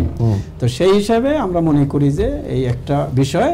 আর আপনি আমাকে লাস্ট কোশ্চেন করেছিলেন যে ইন্ডিয়া মানে না, ইন্ডিয়া ফার্স্ট লিস্ট দিয়েছে তারা এই ব্যাপারে। হ্যাঁ, আমি ওটা পজিটিভলি দেখি, আমি ওটা পজিটিভলি দেখি। ইন্ডিয়া আমাদের প্রতিবেশী রাষ্ট্র, আমরা তাদের ক্ষেত্রে আমরা আমাদের কমিটমেন্ট রক্ষা করেছি, তারাও আমাদের ক্ষেত্রে আমাদের কমিটমেন্ট রক্ষা করবে, এটা আমরা বিশ্বাস করি। যদি না করে তাহলে ইন্টারন্যাশনাল ইম্পোজমেন্ট হয়তো হবে না, কিন্তু আপনি যদি আমার সাথে ট্রিটি করেন, এই ট্রিটি যদি আপনি অনার না করেন, তাহলে পরবর্তীতে আরেকটা দেশ আপনার সাথে ট্রিটি করার ক্ষেত্রে 10 বার চিন্তা করবে। Simple is. Thank you very much সাহেব। আমরা কথা বলবো, আরেকটু কথা বলবো, বাট আমরা তারা একটু ব্রেকে যাচ্ছি, এসে আমরা এই বিষয়ে একটু ডিসকাস করব। প্রিয় দর্শক, আমরা কথা বলছিলাম যে বিষয়টি নিয়ে, সেটি হচ্ছে আজকে যে রায় ঘোষণা করা হয়েছে, রায় দেওয়া হয়েছে শেখ হাসিনার মৃত্যুদণ্ড, এবং এই রায় নিয়ে অনেকের জল্পনা কল্পনা কিভাবে কার্যকর হবে, কখন কার্যকর হবে, আপিল করতে পারবে কিনা, সো মেনি থিংস। এই জন্য আমরা 4 জন আইনজীবীকে নিয়ে কথা বলছি। আমরা আরো কথা বলবো এই বিষয়ে। ছোট্ট একটি বিজ্ঞাপন বিরতির পর আমাদের সাথে থাকুন প্লিজ। আমাদের